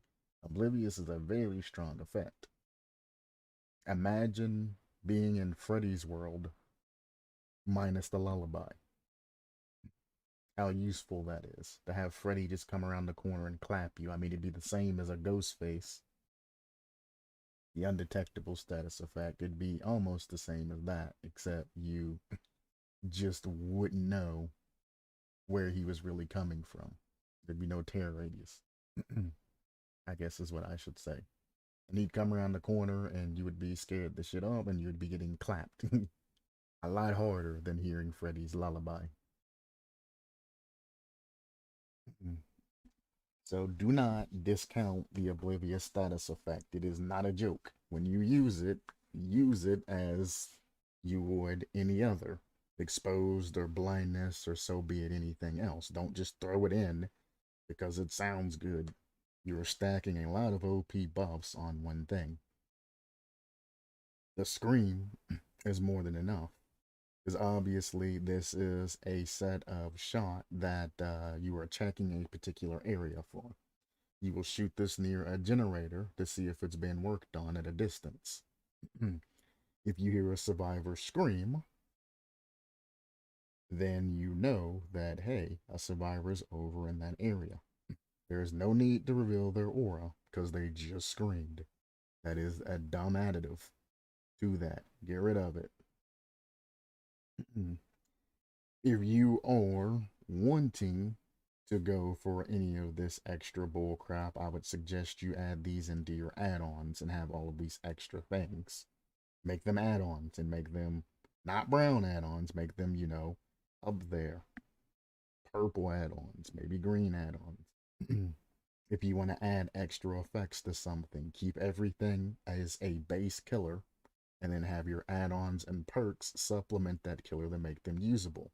Like every other killer in the game, well, not every other, there are some that are bullshit, but there are always exceptions. With most killers in the game, if you run them by themselves with no perks or add-ons, you're not going to pull off a 4-kill. It's not going to happen. But when you do add in the add-ons and perks like that, they become a lot more powerful. That's the game's setup, and that's how it wants to be set up. Don't add in everything that you want to happen on this. Make this base explodes in a smaller radius and causes survivors to scream. That's it. Then give it an add-on that increases arrow radius or fear shot radius if you don't want anything else to be increased, and you can make it a, you know, purple or something like that and have it add in, you know, the oblivious status effect. Increases arrows radius, can be a brown one by itself, and then radius plus oblivious status effect to make it a little bit of a bigger number, not 15 obviously, but a little bit of a bigger number than what it is by base. That's what we're looking for here. We're looking for a base killer that gets perks and add-ons to make it stronger, not a strong killer whose add-ons make it super OP. And every time I do a review by this game, it's always the same thing. Like I said, generally he hasn't yet used aura reading in an extreme rate, so he has learned to tone that down. But he's still using aura reading ineffectively where it doesn't matter. Scream effect don't need aura reading because the scream lets you know where that's actually coming from. Don't need aura reading with scream. You want to give them the oblivious status effect after they scream so they don't know which way, they're approaching from. That's fine, but doing it for 5 to 10 seconds doesn't matter if you're shooting from across the map.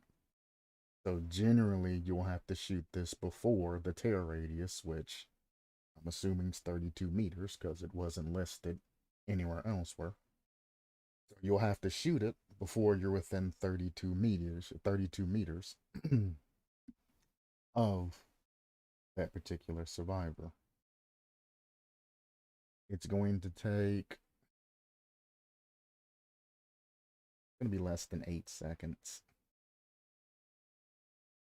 I'm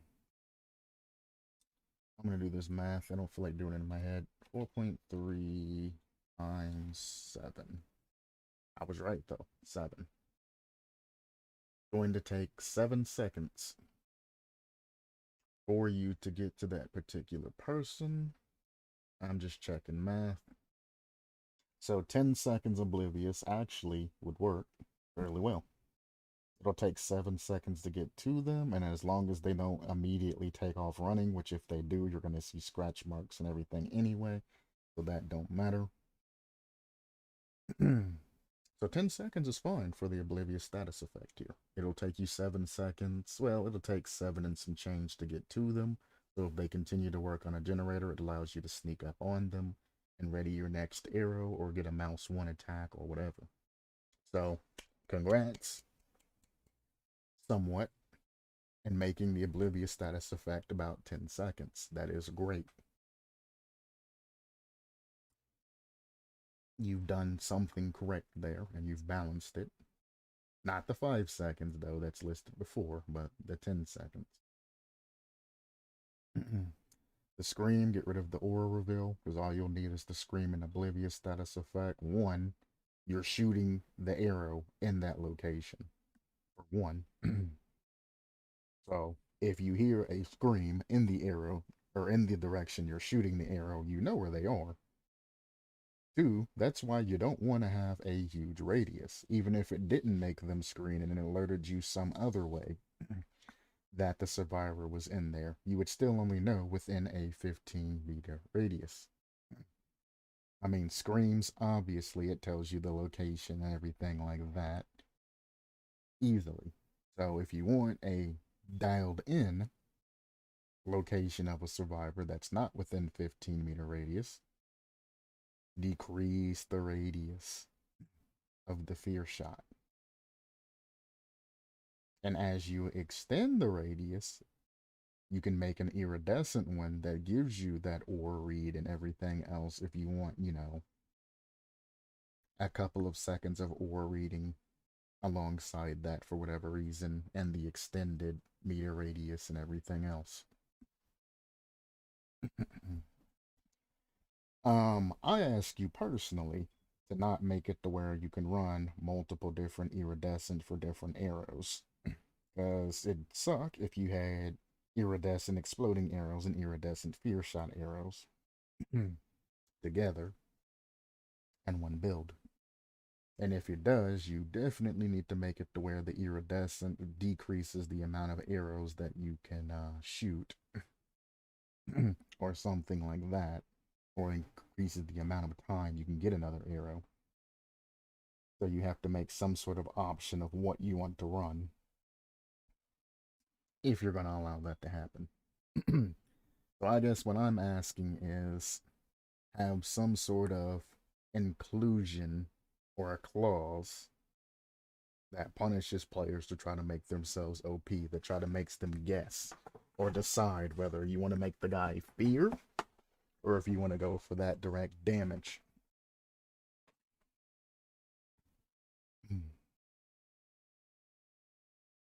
Blindness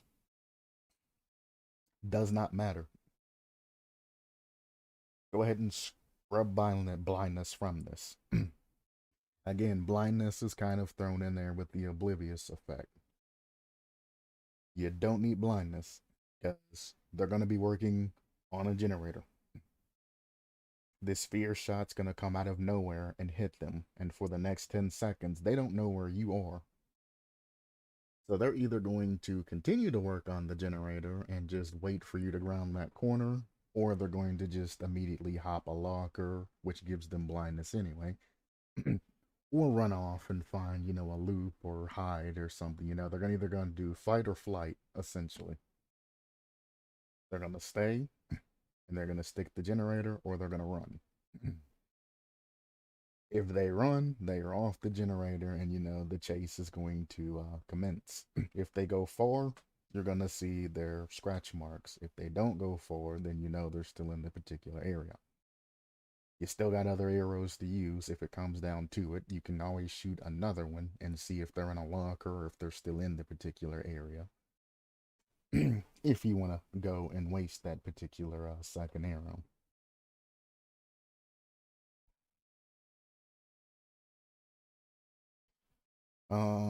Exhaust shot, we've already went over this. Well, the basis of it. Actually, no. Yeah, we sort of went over it.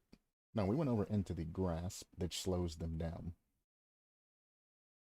Fear shot, then exhaust shot is different. Explodes in a 10-meter radius. Really? Forces survivors to suffer exhaust for 50 seconds. Gens and blast radius regress 10%. Prevents vaulting for 2 seconds on impact. Okay, at this point, you literally just have the doctor, but in arrow form. A ranged doctor.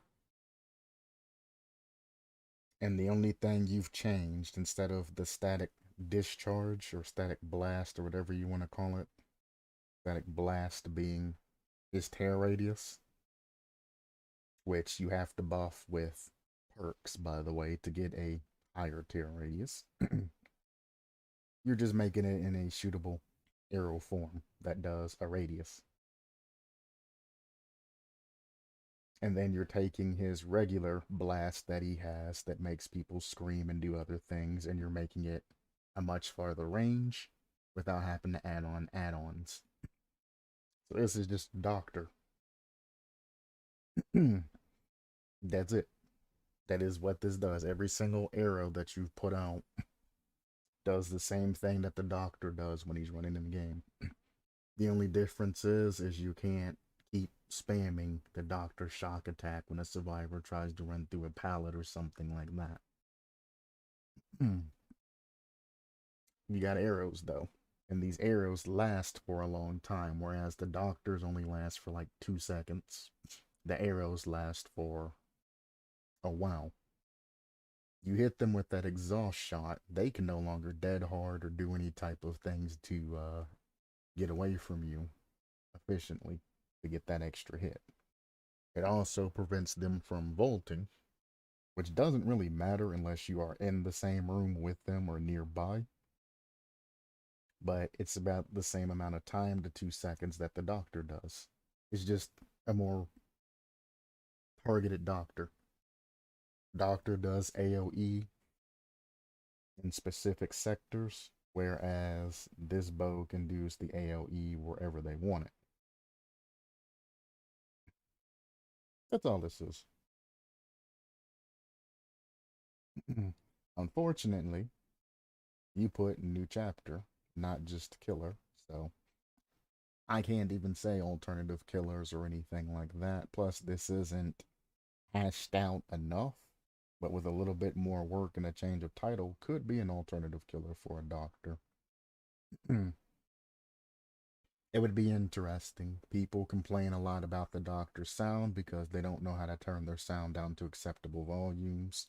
Everybody likes to sound cheap so they can hear a survivor running on the other side of a wall, etc., etc.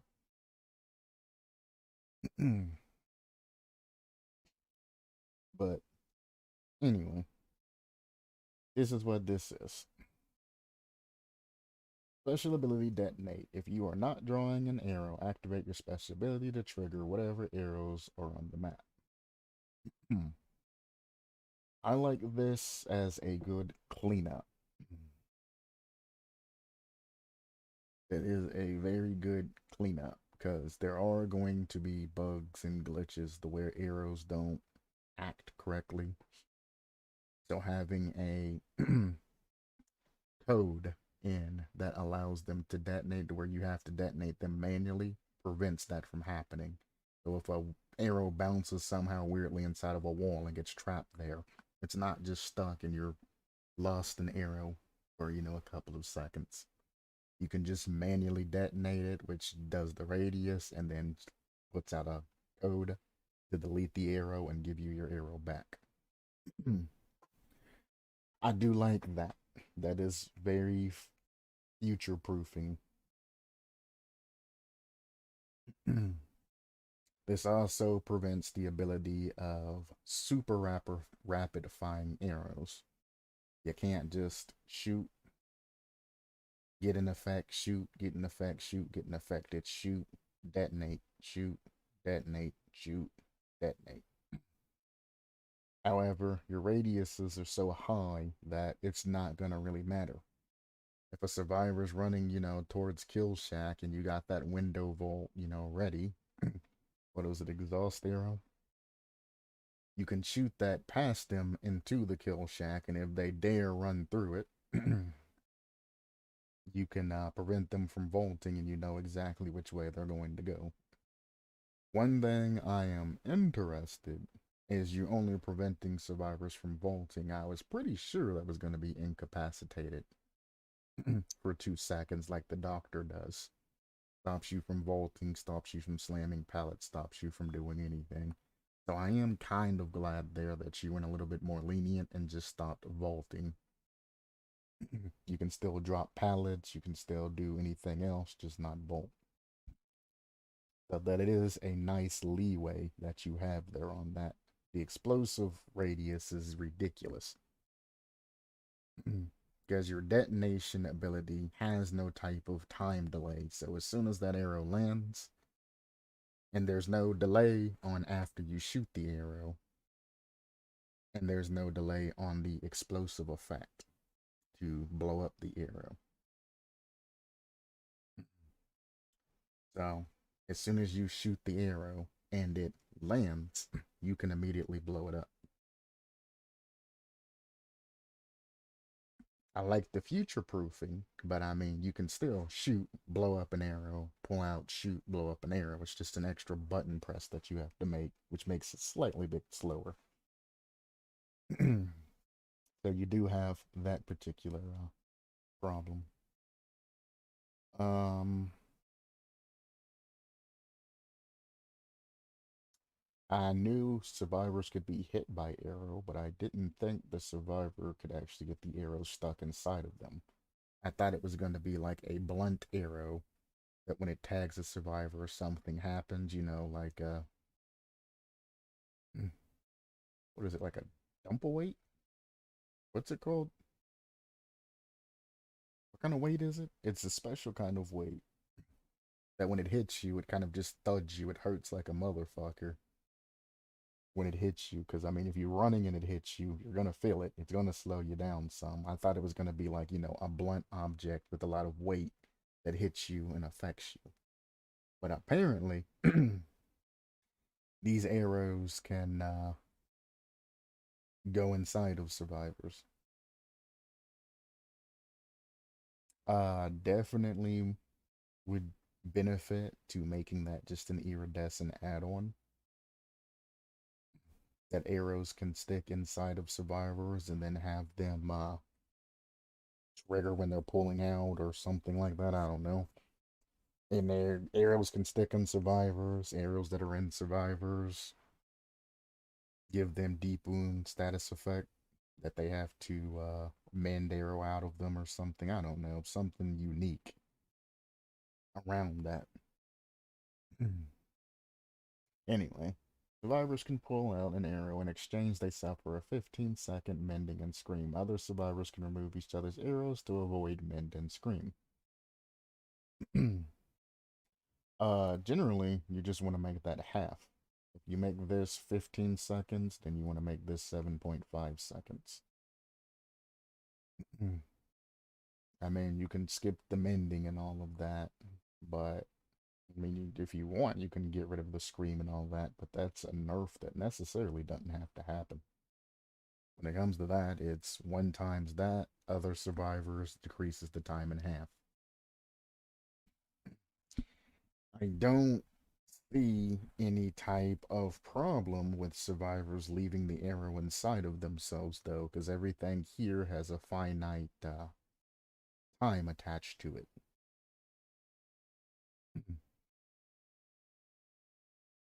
So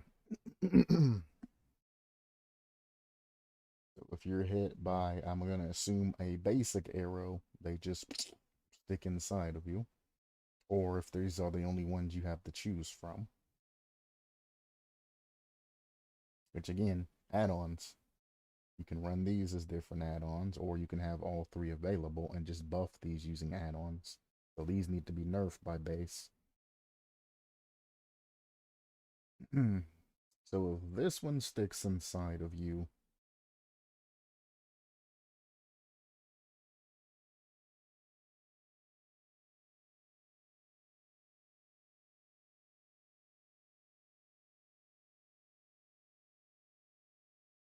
if this one hits you, you just receive an extra 5% movement impact, an additional 5%. But it doesn't say anything about you happening to remove them in order for that to go away, because all of this lasts only 20 seconds.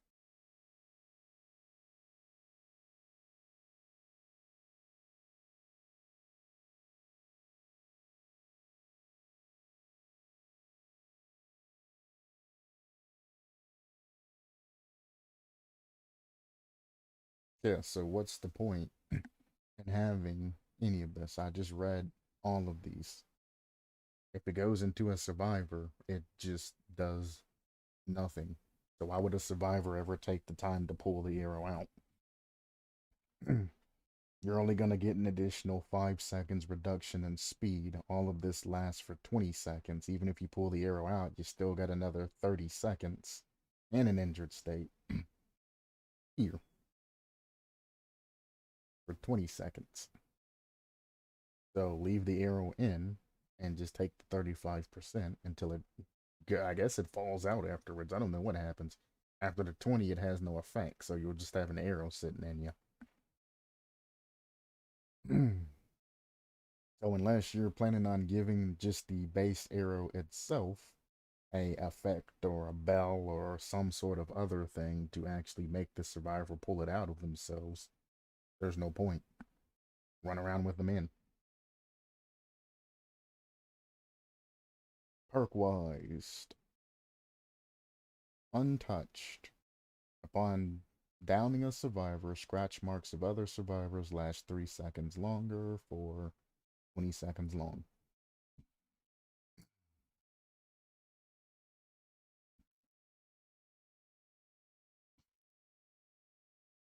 Um,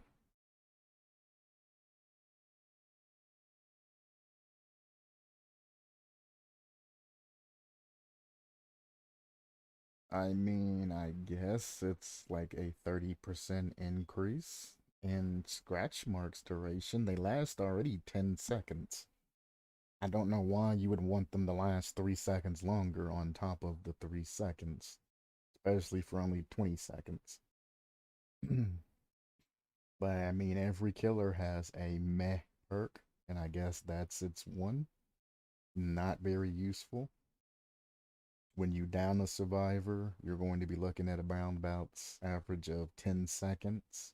So you're only going to have an additional 10 seconds of this perk on top of that.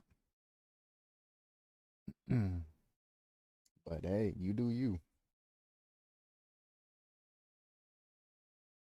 Hex, marked for death. Why does every time any type of bow or any type of marking system comes in, mark for death always has to pop up as a term? Every time it's marked for death. That is a term that is used way too much. Bounty hunters, mark for death. Anybody that has a bow that marks people, mark for death. Anybody that gets called out in any type of game, mark for death. It's so overused. I wish they would come up with a different term. It's not anything for this creator, because I mean, it's something that's popular and used all the time, so it is what it is. Just me personally, I've seen Mark for Death so many times in so many places. Hitting a unique survivor gains a token up to 4 tokens.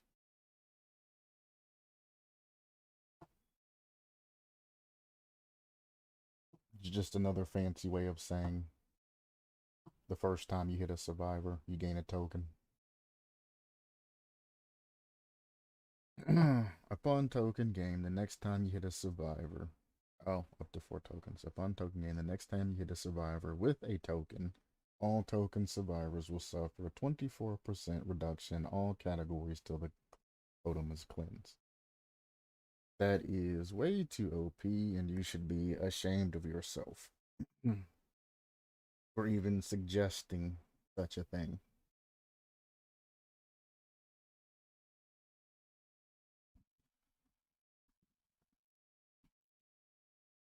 Especially because nowhere from here all the way down to here am I seeing any way that this thing is posted up at the beginning of the match.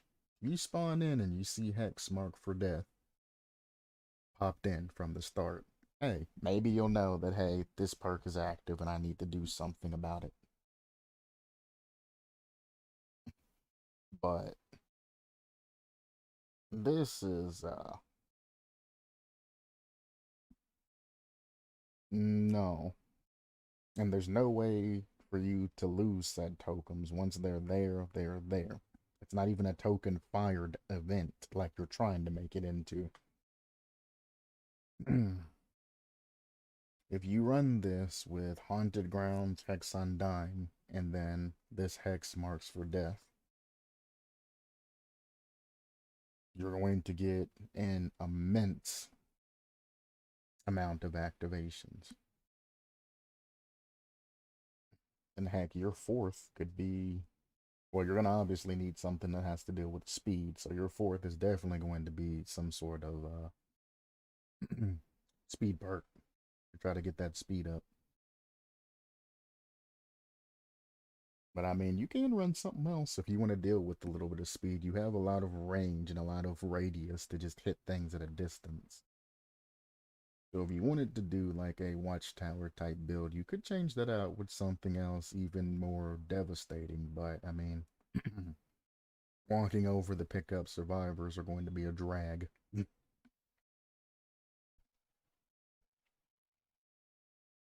At that time, you might as well run like Devour Hope or something, because once you hook that survivor, you ain't probably going to want to ever walk back over to them. And camping's not really an option because you need a vantage point.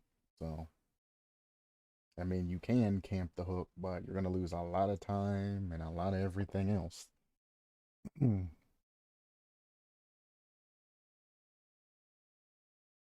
guess there's different builds you could run with that.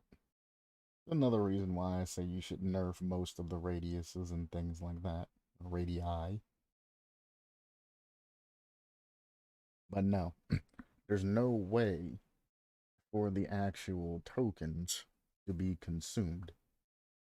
So you literally, after you hit, which it just says hitting, It doesn't say with a basic attack, 2 messages. Interesting. It doesn't state whether it's a basic attack, special attack, or anything like that. It just says hitting. So if you use your regular exploding bolts, every single survivor that you hit is going to get a token. And then the next time you hit a survivor that already has a token effect, all other token survivors are going to suffer this 24% in reduction of everything. And that is everything, all categories. That is cleansing speed, that is chest opening speed, that is movement speed, that's exit gate unlocking speed, gen doing speed, repair speed, healing speed. Every category, all categories. Unless you're talking about just rank categories, then, a reduction in blood points is kind of whatever. There nobody care about that.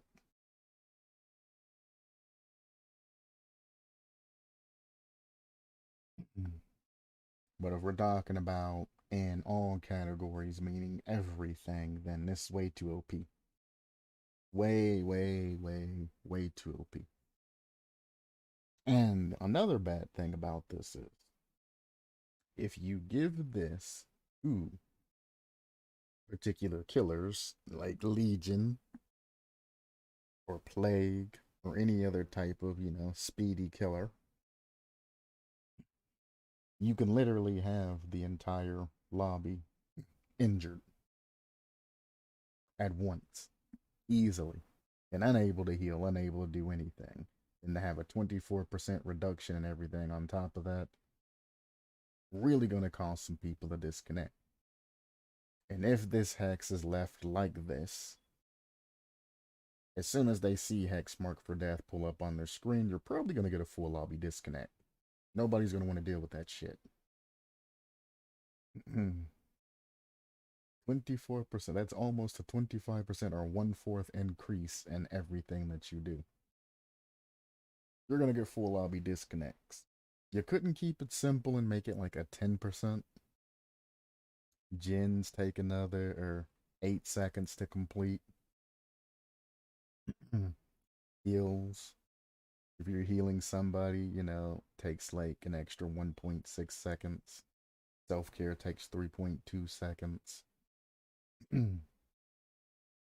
Bolts take an extra 10% to do. Because, Spine Chill goes like 4% increase or 5% or something like that. 10% off of your volts they're going to lose, which is significant. So you might want to leave bolts out of that. Unhook times taking an extra 10%. Exit gates taking an extra 10%. Is hugely significant. And you've went above and beyond that to 24%. Just delete that. That's ridiculous. And if you're going to try to give me the argument, well, you have to hit more than one survivor to get all, like, no, you can hit a survivor. And as soon as you hit them a second time to down them, they are now permanently reduced 24%. Remember, it's reduction in all categories. So their bleed out timer is reduced 24%. The hook hang timer is reduced 24%. So instead of 60 seconds, they're losing about a fourth of that, which is around like 15 seconds. 15 seconds of hang time per stage gone. 30 seconds overall gone. So everything is going and losing 24%.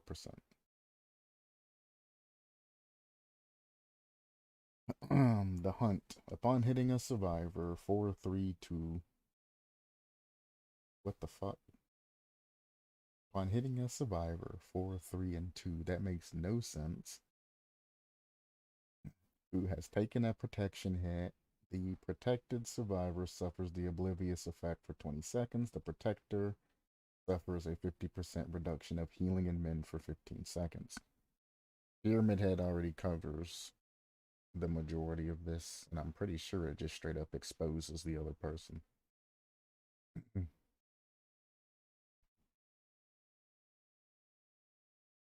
want to say it's forced penance, but that don't sound right. Whatever perk it is, Pyramid Head already covers that aspect. There's no point in giving somebody the oblivious status effect on the person that was protected, because, well, they're going to be running around looking back and seeing where you are, anyways. And if you do elect to chase after them, they're going to know that you're in chase. So there's no point of that. Also, it helps camping, or not camping, tunnelers. Say if he had borrowed time and all of that, the person that's protected has no effect over stopping the other person from taking another hit. You know what I'm saying? Why should I get punished because somebody else takes a protection hit? If somebody steps in a trap and I'm nearby, that counts as a protection hit. Why should I get the oblivious status effect when that person is the one that protected me? Makes no sense. And then the protector will get the 50% reduction of healing speed in men for 15 seconds. If a survivor steps in a trap when another survivor is nearby, they're going to get mangled, which is the 50% reduce in healing, and they're going to get the deep wound status effect. This is a very good perk for a particular trapper, but I think it needs to be reworked a little bit. Because, I mean, forced penance specifically targets what it does for a reason. It is coded for only one particular purpose. Where this technically could activate on a trapper's trap, and that could be broke as all hell.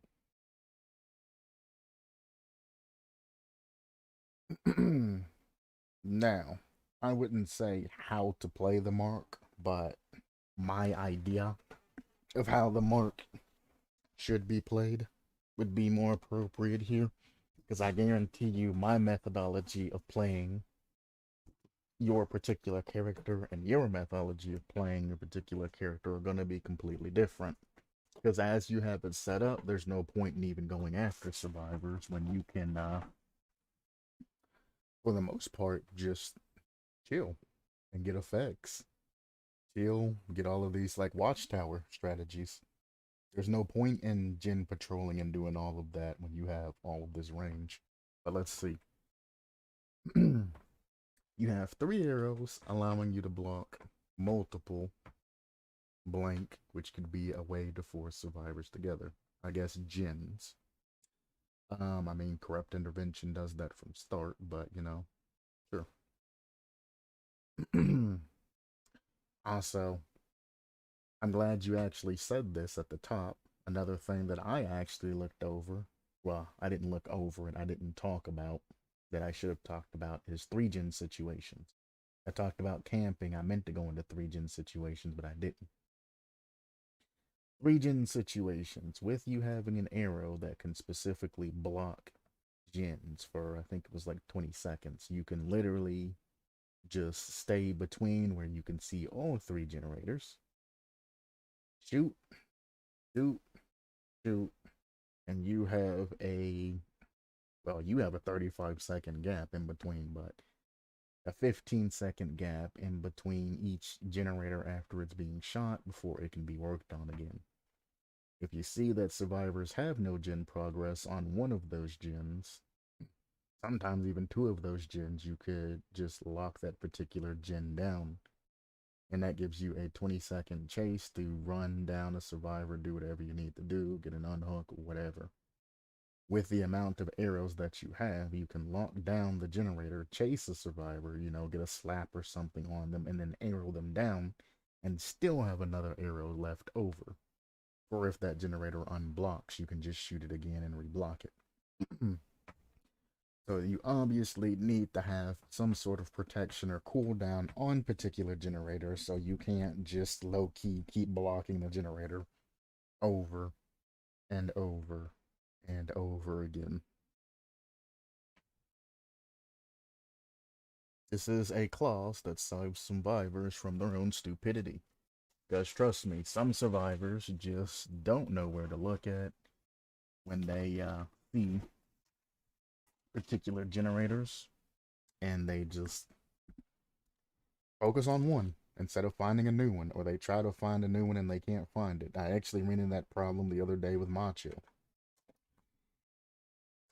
There was one generator left. All four survivors were standing, and it was a trapper, I think. And he was getting salty about this trapper's gonna get a 4 kill and all this other stuff. He's blocking. He claimed that the trapper was patrolling and blocking one particular generator. Everybody's messing around. The trapper's gonna get the 4 kill. We're not gonna get out or anything like that. And I just pointed out that there's 3 generators left. All 3 of us are fucking around with the trapper. If you really wanted it to be done, we could just do the generator and be done. Then, when he's like, well, nobody else is doing generators, all that, I pointed out the simple fact that, hey, if you did the last generator, gens would be complete. And he said, well, I can't find any of the other generators and all of that. And the one that's upstairs, he keeps patrolling and all of that. Well, I was being healed by said generator, and me and the other guy were over there running the trapper all the way around on the top floor. And we had sat, and both of us had healed each other. That's 32 seconds. And we sat around, getting ready for the next thing. He was doing his little things, and I was picking up chests and all of that. Pretty much, we'd spend round about 2 minutes around this particular generator that Macho that claimed had been being patrolled by the trapper. All the while, the third person was fucking with the trapper, doing their little thing and downing him. Because he was a baby trapper, you could tell, and we were a little bit more experienced, so we were, 360 in him, making him step in his own traps. I got him to jump off the top story of it was Midwich, by the way. I got him to jump off the top of Midwich, the top floor where the hole is, twice without taking any damage. So when he finally did down me, because I stepped in a trap that he finally got smart enough to put there, I crawled over to the window portion right next to the hole, and then he jumped out of the window, and I got picked back up still. So we were having a fun time playing with it, and we all did every generator down to 1 generator, by the way. Keep in mind, all of this happened while 1 generator was left. The whole time, Macho's running around pissed off, saying, you guys should be doing gens and all this other stuff. Gens, gens, gens. Or like, I have enough score. I know that I'm going to double pip up regardless. I don't need to escape.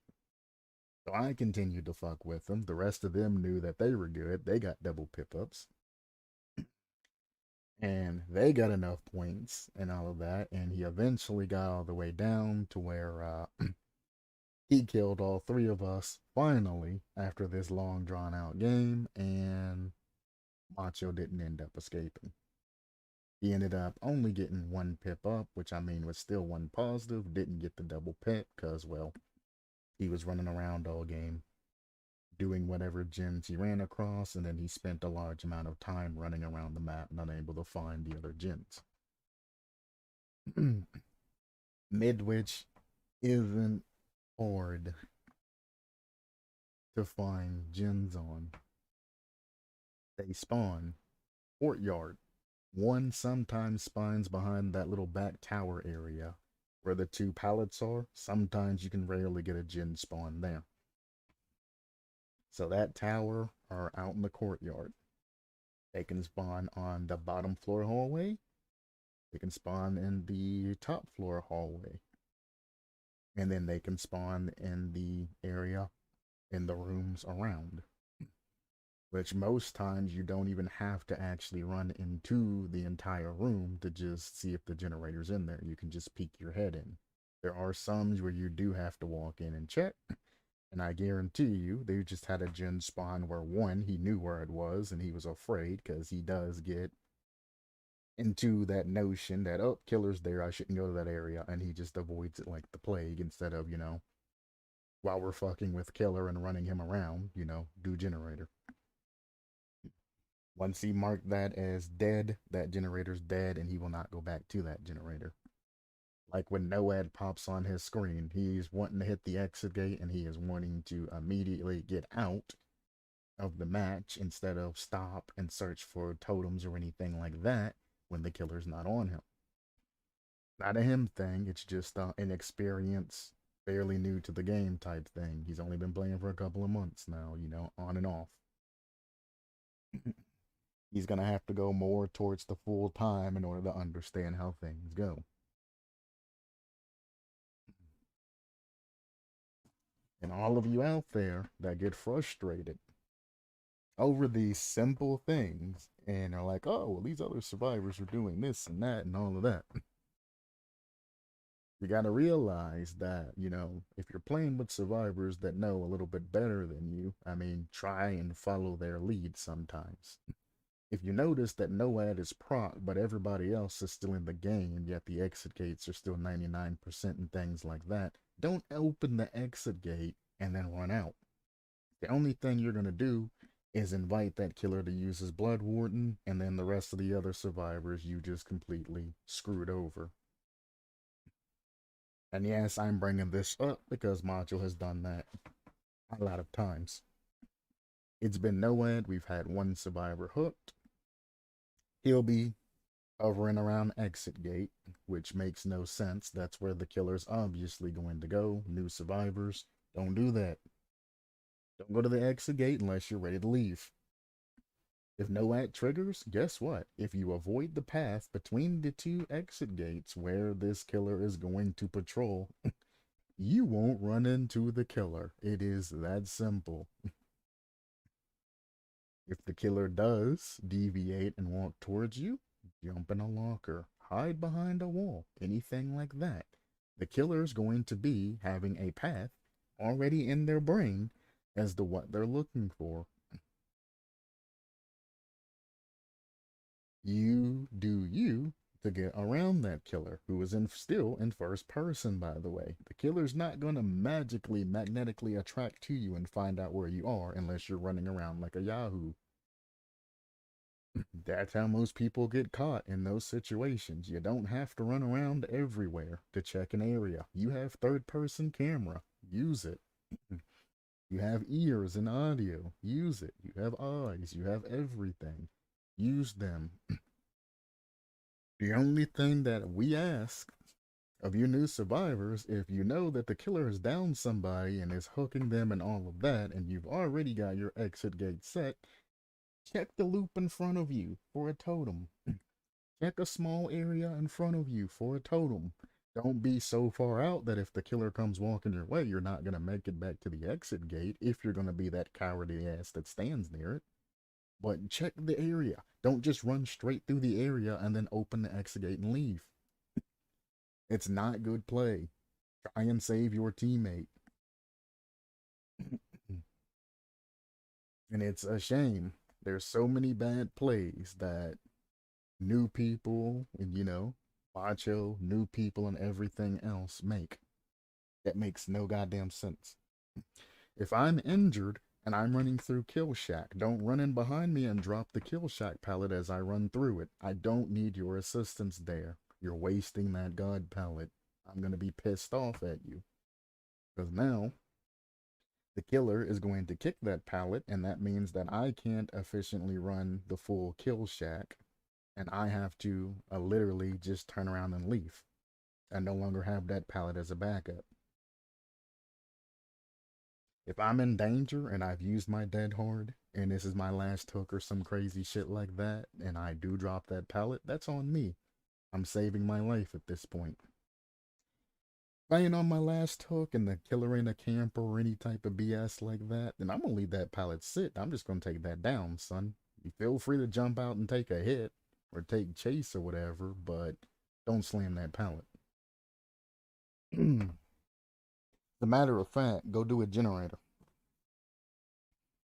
While I'm busy running killer, do a generator. If you do generators, you stay the hell out of other survivors' way and you don't interfere with them.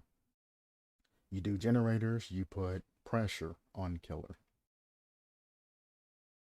Do generators. If you don't know what to do at any point in time, find a generator and hop on it. Simple as that. Gen should be the only thing that's going through your particular mind, unless you are being chased. Anyway, how to play the mark. Your entity arrows stick to survivors that you can detonate whenever you want. A great way to get multiple injuries.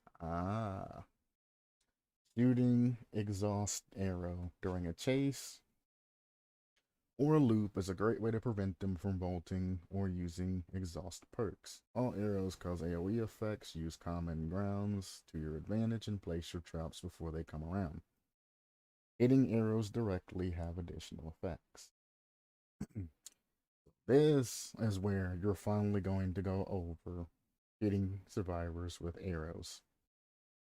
Not up when we're talking about arrows and saying which one does what. You know, hitting a survivor with an entity arrow, hitting a survivor with a fear shot arrow.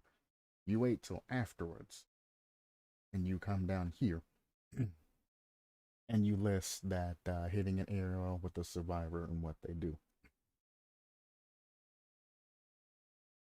Again, one of the newer things I've been talking about is order. Your order for this is entirely fucked up. And I wish some of you had the ability to forget everything you know about a particular killer and read through and see if you understand what you're saying. And when you come down to something that you're not entirely sure about, stop where you're reading at and then scroll down to where you know the answer is and see how far they have to go or anything like that. And if you see that, oh, there's a problem, they're going to have to scroll all the way down and all the way back up, or things aren't in order, hey, I'm telling about how to play this particular character and right in the middle of explaining what everything else does. Maybe there's an issue. Or if you have this dash type thing instead of using the headings that the particular forum has for you, using the tools of the forum. It's fine when you're first writing it down, but after you get everything complete, go back in and clean this up. Change the headings. Make it look better than just having a whole bunch of different dashes. You know? It's fine temporarily, but when you want to post something as a full chapter, don't make it look like trash. Put it in the correct order. Use the tools in front of you. Survivors. Like smoke. Now, this is a survivor's perks. This ain't even what the arrows in the survivors do. Literally says hitting arrows directly have additional effects. Where are these effects? The only thing you've said is the 5% additional on this movement speed reduction on impact for the entity grasp.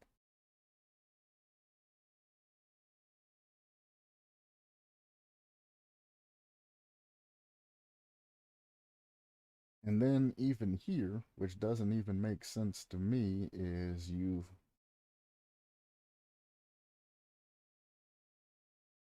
where is it? There. Shooting exhaust arrow during a chase or a loop is a great way to prevent them from vaulting or using exhaust. No, it's not that one. There it is. Your entity arrows stick to survivors that you can detonate whenever you want. A great way to get multiple injuries. Entity grasp. Explodes in several minutes, sticks to surfaces and survivors. Blocks gens, vaults for 20% movement reduction. There is nothing here that states that entity grasp arrows does any type of injuries. It just says sticks to surfaces. It doesn't even say survivors or, well, I guess it does say surfaces and survivors. There just needs to be a comma there, or this needs to be on the next line. So I guess it does technically says, or say, not says, Jesus Christ, says. It does technically say that meter radius sticks to surface and survivor with an S. So it does say that, but it does not say anywhere here that it does any type of damage.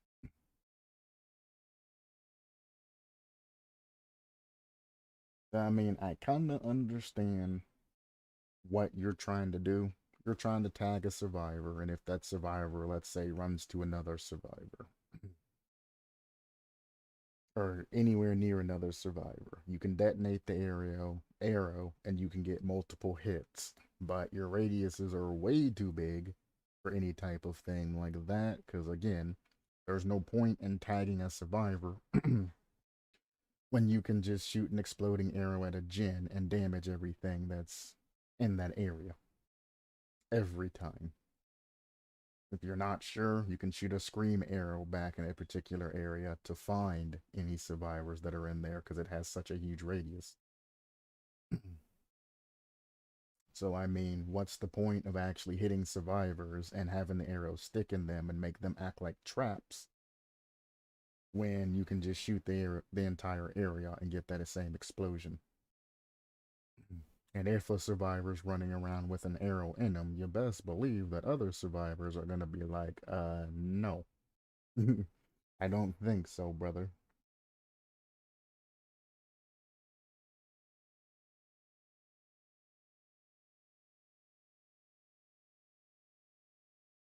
Hitting arrows directly have additional effects. I don't know about that.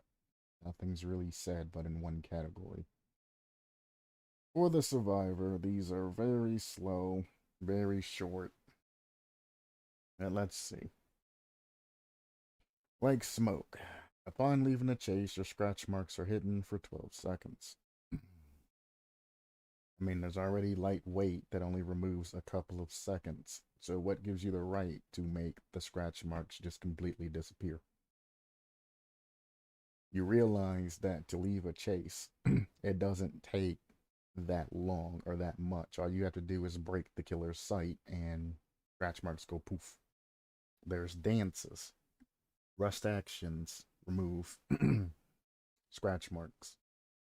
There's deception. Scratch marks disappear and you get the lock or flip activation. And there's distraction where you throw the rock. There's all kinds of other things to get rid of scratch marks.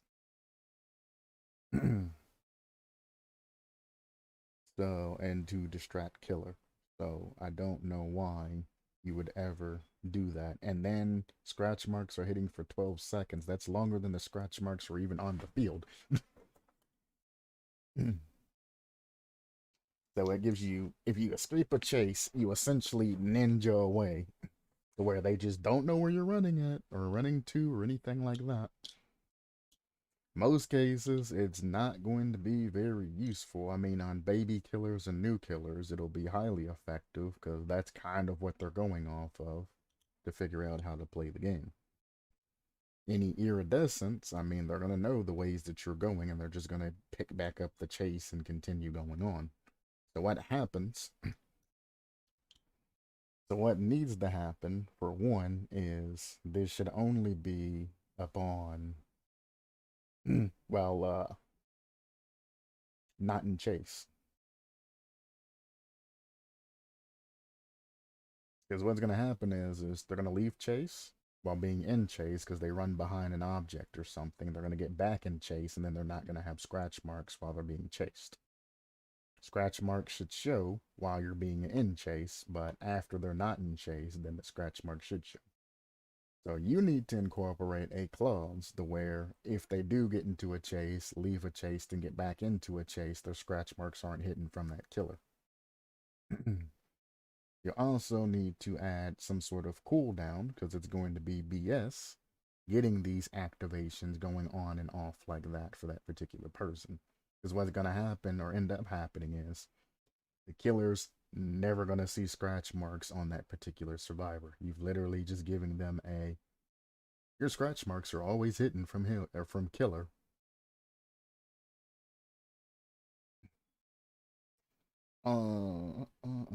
Plus all the other perks you're trampling over to get yours out. Wildfire, your wiggle, blank percent faster per fully healed survivor. That is bullshit. Even boiled over, which gives you a 25% progression, has to be a killer that falls from a great height. It's not even really a great height because it's been tested and you can actually fall and bounce off an object as a killer and it'll give them the 25%. You can jump down the store or the stairs to the basement and it'll give them a 25%. So, yeah, it's not really a great height. But you can wiggle 19% faster, which is essentially 20% faster per fully healed survivor. So that is an 80% faster wiggle.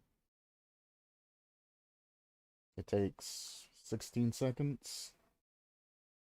80%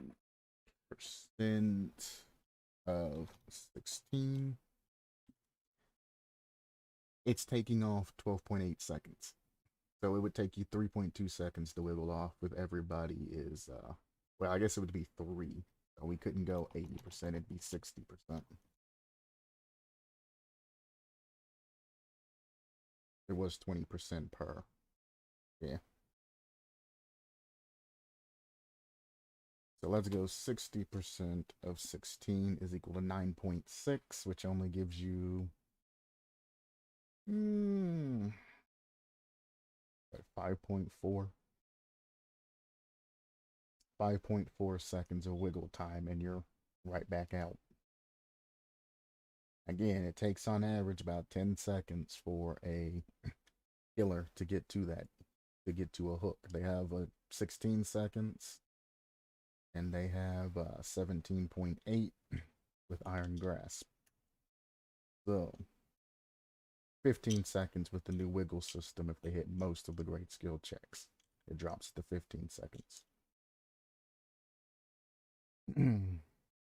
So no. Having a around about an estimated 20% faster wiggle rate per fully healed survivor is absolutely stupid. Even breakout, which makes you stand near the particular survivor, doesn't buff up that far.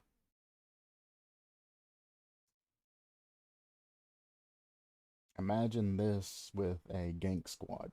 The killer would never be able to make it to a goddamn hook because with the body blocks and just the one other person who's going to be gen rushing while the other ones do whatever they need to do, the other 3. That's going to be a 20% faster unhook. It's about a fifth coming off of that. The nightmare. Your hook timer is reduced by 20% for each injured survivor. I don't think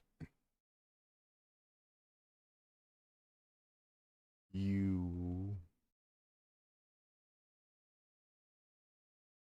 So hang on, let me get this right.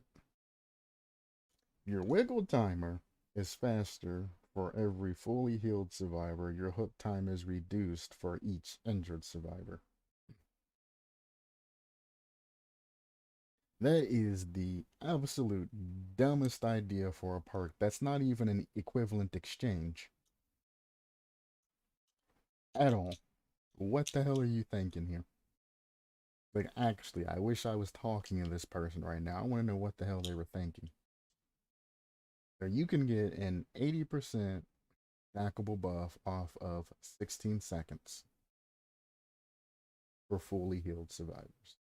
Or you can get an 80% stackable debuff off of 120 seconds. Do you not see the significant difference here? It's not even worth running this. It's really not. And what this does is this empowers basement camping bubbas to actually just go out and clap more people. Because if every person that day hit decreases your bar by that much time, well, decreases the amount of time you have left, I guess I should say it properly, that much time, then fuck it. There's no point in basement camping Bubba being a thing because it's going off of the base of 120 seconds. Once 60 seconds is done, which is 50% of that time, there's no need for that Bubba to be there. So, two survivors being injured is a 40% decrease off of your first minute, which is 20 something seconds off, which leaves that Bubba about half a generator's worth of time. So if he injures two survivors, and I'm assuming you count as towards this because it says for each injured survivor. So anytime that anybody's injured, you're always going to have a 20% reduction in hook time. Always. Because there's always going to be a survivor that is hooked. So you're always going to have a 20% reduction in your hook timer because you're going to be the survivor that's hooked and you're also going to be injured.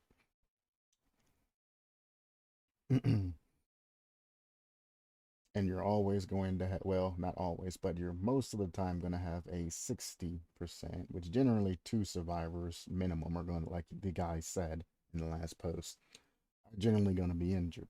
Like me, I typically don't look for heals on other survivors. I just keep my dead hard and I keep going back to doing gens until I feel particularly threatened.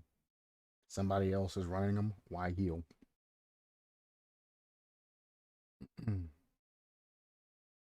So that perk is dumb. Absolutely positively dumb. It's super OP for instantaneous almost wiggle or to wiggle out free. You don't even need the other survivors to really do anything. If you matched Wildfire with all the other wiggle perks in the game, you could literally walk over to a killer, have them chase you to some random corner of the map, go down, get up, wiggle out, especially with the new wiggle skill checks. If you hit great skill checks, even faster. Break out, walk. What is that sound? Oh, it's finally starting. The ice storm is starting.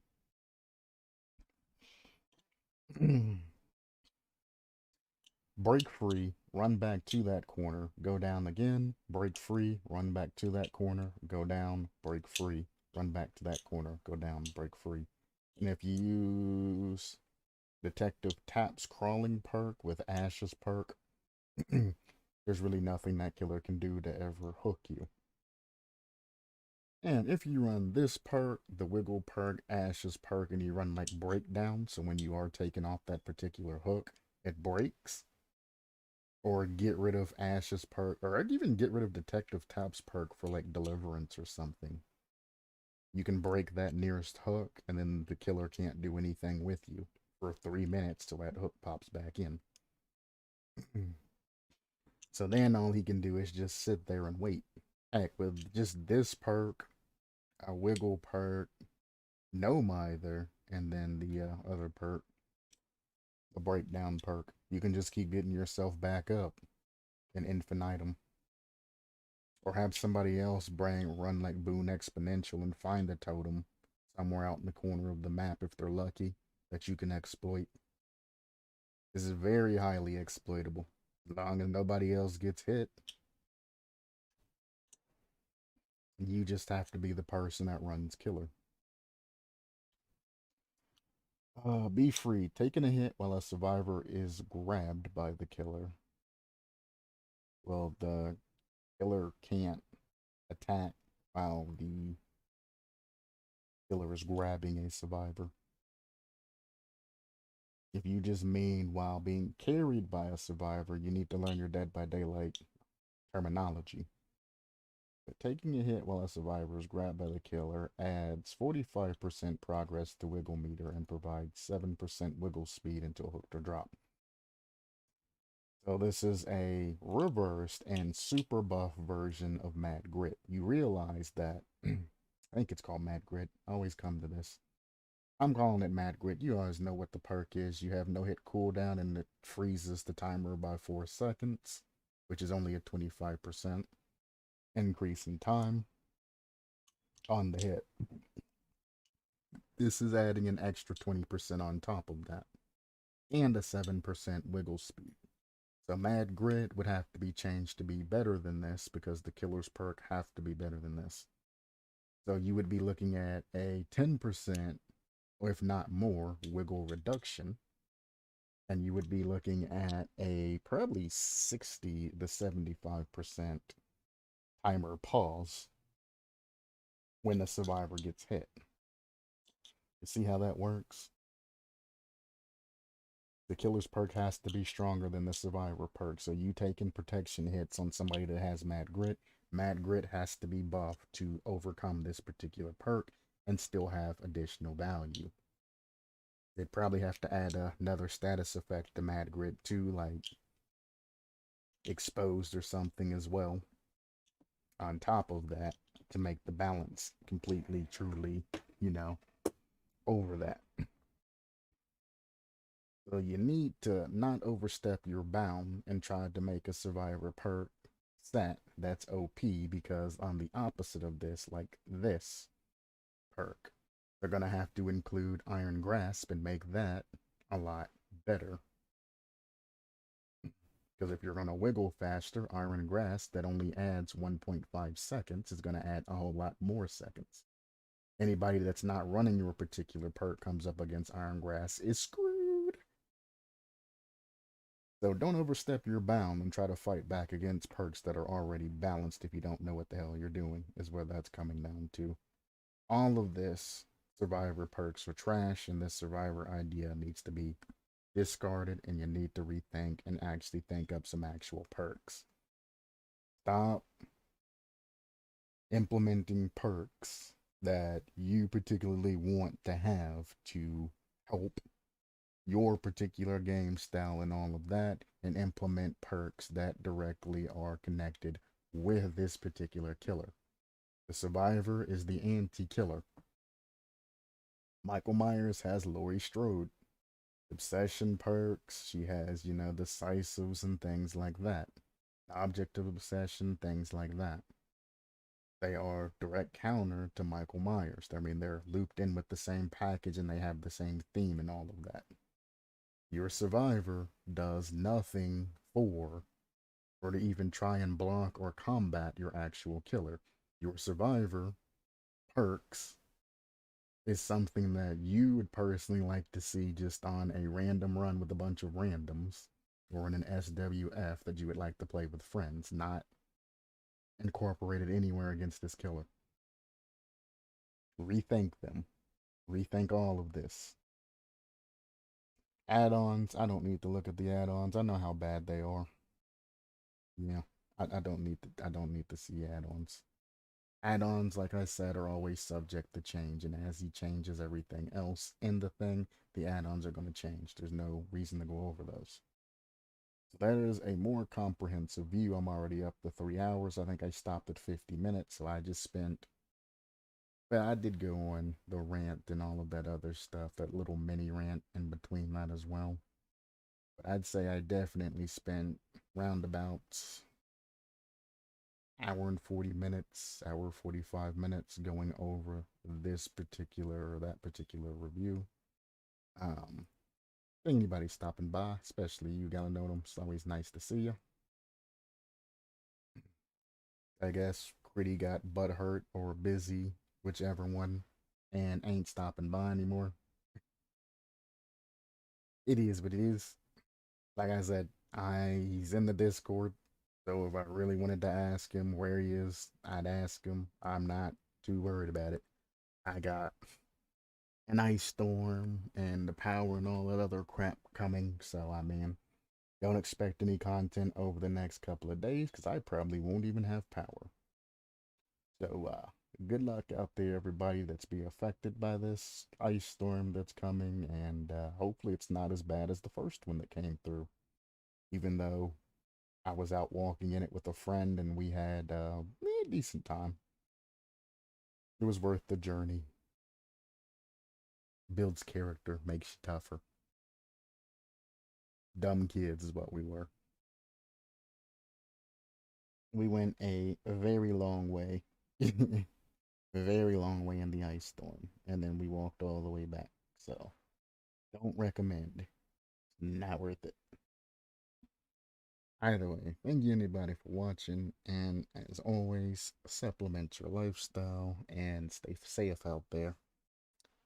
We're almost over the hump of everything going downhill. We're almost there.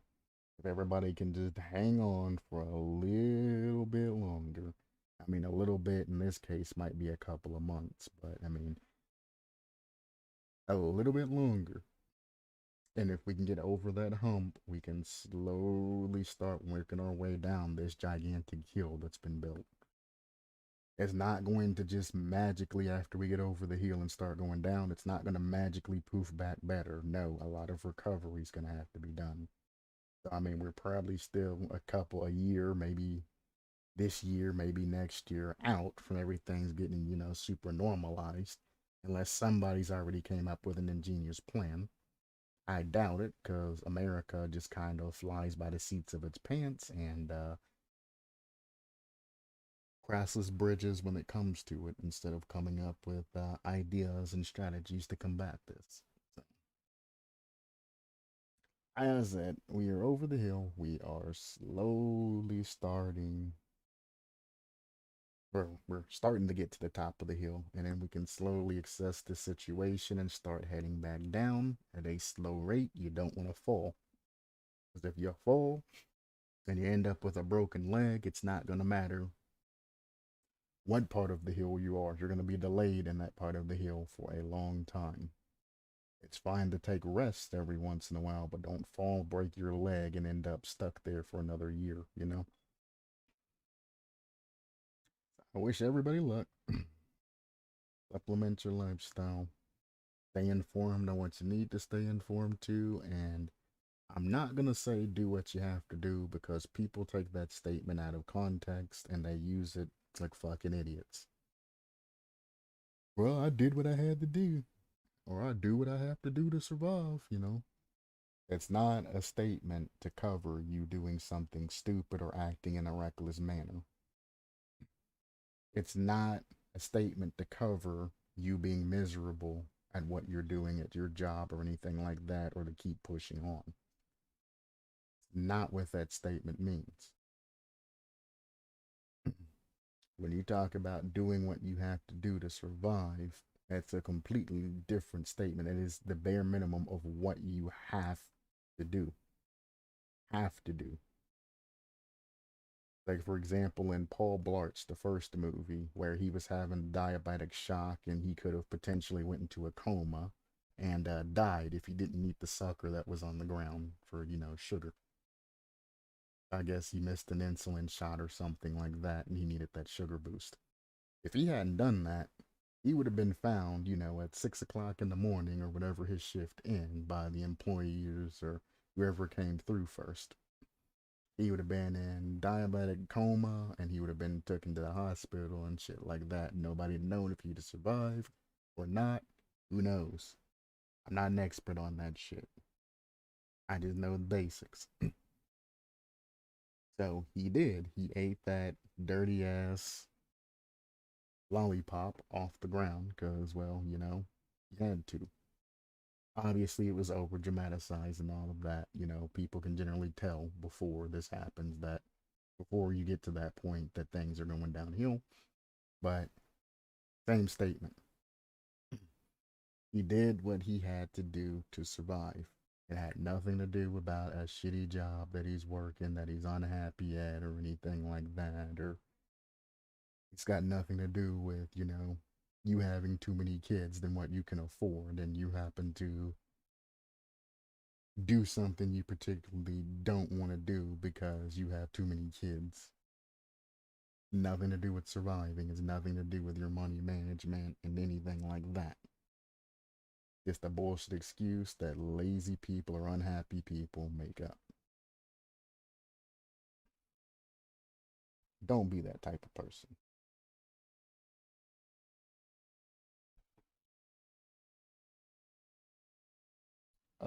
By the way, thanks for feedback. I take notes of all of these, just don't say much. Hello, little chip. Um, you the person's review that I just did.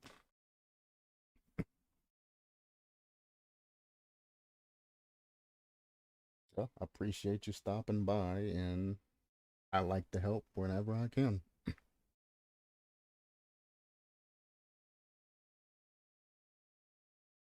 But have a great day and be safe. I know storms are crazy nowadays. Yeah, there's a huge ice storm that's coming through, and my area just happens to be prone for it. I can hear everything happening outside, and every time this has happened, power's been cut for days. So, looking forward to it.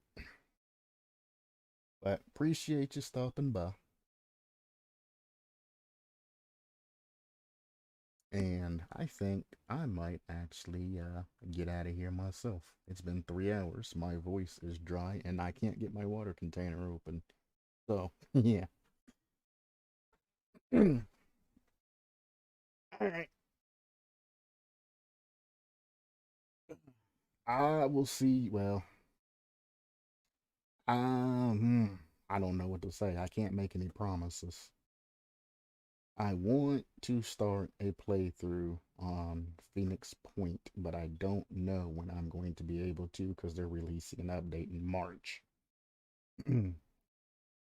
But that is the next game on my docket. So sometime near the end of February, depending on how things go, that will be the next thing that I look forward to. I've already beaten the game, but I haven't played in like 2 or 3 expansions, so I think it'll be fun to have a return back to.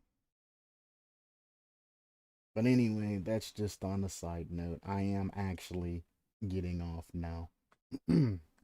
Voices dying. I'll see you guys next time. Peace.